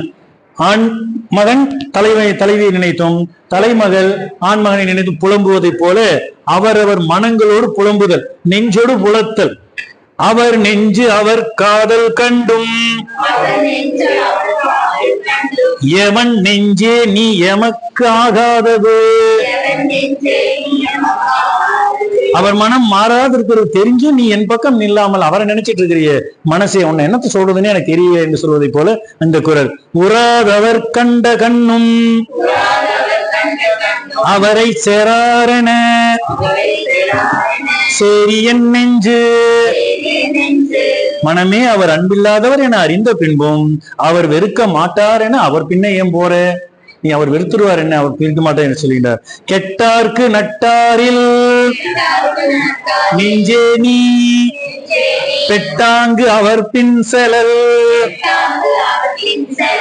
இதுல பாருங்க நல்ல ஒரு தத்துவம் அமைந்திருக்கிறது. பொருள் குறித்த பொருட்பால் கருத்து. கெட்டாருக்கு நட்டார் இல்லையாம், அடிக்கோடிட்டு பாத்துக்கணும். வறுமை விட்டு கெட்டவர்கள் என்ன, செல்வ வளம் இல்லாமல் வறுமையா இருக்கிறவன், ஏழையா இருக்கிறவன், கஷ்டத்துல இருக்கிறவன், அவனுக்கு யாராவது நண்பர்கள் இருப்பாங்களா? துன்பம் இருக்க துணை யாராவது இருப்பாங்களா? எவனும் இருக்க மாட்டான். ஆனா செல்வந்தரை சுற்றி 10 பேர் கூடவே இருப்பாங்க. ஆனால் கெட்டு போனவங்க கூட யாரும் இருக்க மாட்டாங்க. கெட்டார்க்கு நட்டார் எல் என்ன ஒரு பழமொழி பாருங்க, அப்பவே 2000 ஆண்டுகளுக்கு முன்பு. அது போல மனமே நீ என்னை விட்டு அவரை பிரிஞ்சு அவர்கிட்ட செல்கிறாயா? நான் ரொம்ப இதா இருக்கேன்னு நினைச்சு இங்கிட்ட இருக்க மாட்டேன்னு அவர்கிட்ட நீ போறியா என்று மனதிடம் கேட்பதை போல. இனி அண்ணன் நின்னோடு சூழ்வார் யார் நெஞ்சே துணி செய்து தூவாய்க்கான் மற்ற என்னிடம் ஊடல் கொண்டு நீ உடனே அவரிடம் போய் சேர்ந்துக்கிற. இந்த மாதிரி நிலையில மனமே உங்ககிட்ட நான் பேசி எனக்கு என்ன பிரயோஜனம்? நீ தான் போய் அவர் கட்சியில சேர்ந்துக்கிறிய, உன்னை நம்ப கூடாது என்று சொல்வதை போல தன்னு புலம்புறா எல்லாமே, வேற ஒண்ணும் இல்லை இல்லையா? இப்ப 2 பேரும் நேரில் பார்த்துட்டு எல்லாம் மறந்துடுவாங்க. அப்படின்னா அப்புறம் ஊழல் போயிடும். அது சரி. பெறாமை அஞ்சும் பெரின் பிரிவஞ்சும் அராயிடம்பை என் நெஞ்சு. காணாத நிலையிலும் அச்சமும், கண்ட போதும் அவர் பிரிந்து விடுவாரோ என்ற அச்சமும், காணாத போது அவர் இல்லையே என்று கஷ்டப்படுது. அவரை பார்த்ததுக்கு அப்புறம் எங்க திரும்பி மறுபடியும் போயிடுவாரோ மறுபடியும் அச்சம். என்னடா எப்ப பார்த்தாலும் துன்பத்திலேயே பிரச்சனையிலே இருப்பியா நீ என்று கேட்பதை போல என் மனம் தொடர்ந்து மனம் அச்சமடைகிறது என்று சொல்லப்படுகிறது. தனியே இருந்து நினைத்தக்கால் என்னை திணிய இருந்தது என் நெஞ்சு. என் அவரை பிரிந்து நானே தனித்திருக்கும் போது என் மனம் மட்டும் என்னை நச்சரித்து தின்று விடும் போல இருக்குது. சீக்கிரம் போய் அவரை பாரு, சீக்கிரம் போய் அவரை பாரு, சும்மா இருக்க மாட்டியா நீ ஏன்னு தொல்லைப்படுது. மனதோடு புலம்பு பேசுவதை போல இந்த குரல் இருக்கிறது. நானும் மறந்தேன் அவர் மறக்கல்லா என் மானா மட நெஞ்சிற்பட்டு. என்னால் அவரை மறக்க இயலாத காரணத்தால் நான் விடக்கூடாத நாணத்தை கூட விட்டு விட்டேன். என்ன பண்ணி தொலைகிறது? அப்போ அவன் நம்மளை பார்க்க மாட்டேன் என்று அன்பின் மிகுதியால் சொல்லப்படும் குரல் கருத்து. எல்லின் இழிவாம் என்று எண்ணி அவர் திறம் உள்ளும் உயிர் காதல் நெஞ்சு. பிரிந்து சென்ற என்னவரை இழிதல், அவருக்கு இழிவு என்பதால் அவர் பெருமைகளை மட்டும் நான் புகழ்கின்றேன். என்ன இருந்தாலும் அவரை இன்னொருத்தர் குத்தம் சொன்னா குறை சொன்னா என்னால் ஏற்றுக்கொள்ள முடியாது. அவரது பெருமையை மட்டும் நான் சொல்லுவேன். அவரை ஒருவர் பெருமையாக பேசினால் எனக்கு மகிழ்ச்சியாக இருக்கிறது, ஏனென்றால் நான் விரும்பும் தலைவராக இருக்கிறார் என்று அந்த பாடல் கருத்து. இது மிக ஒரு அருமையான அடுத்த ஒரு பாடல் வரி. மிக மிக இன்றியமையாவது, எல்லாத்தையும் சாதாரண சர்வசாதாரணம் பேசக்கூடியது. ஏன்னா அதிகமா அதை சொல்லுவேன். துன்பத்திற்கு யாரே துணையாவார் தாமுடை நெஞ்சம் துணை அல்வலி. இந்த பாடல்ல 1299 1299 குரல் எண். அறம் பொருள் இன்பம் 3 கலந்து சாதாரண அப்படியே இலையோட விட்டு இருக்கிறார் வள்ளுவ பேராசர். ஒரு மனிதன் துன்பம் அடைகிறான் என்று சொன்னால், ஒரு கணவனை இழந்த இடத்துலயோ, அப்பாவை இழந்த இடத்துலயோ, மனைவியை இழந்த இடத்துலயோ ஒருத்தருக்கு ஆறுதல் சொல்லக்கூடிய ஒரு சூழல் உருவாகும் போது அந்த இடத்தில் ஆறுதல் சொல்ல மிகவும் எனக்கு பிடித்து நான் சொல்லக்கூடிய இந்த குரலை தான் சொல்லுவேன்.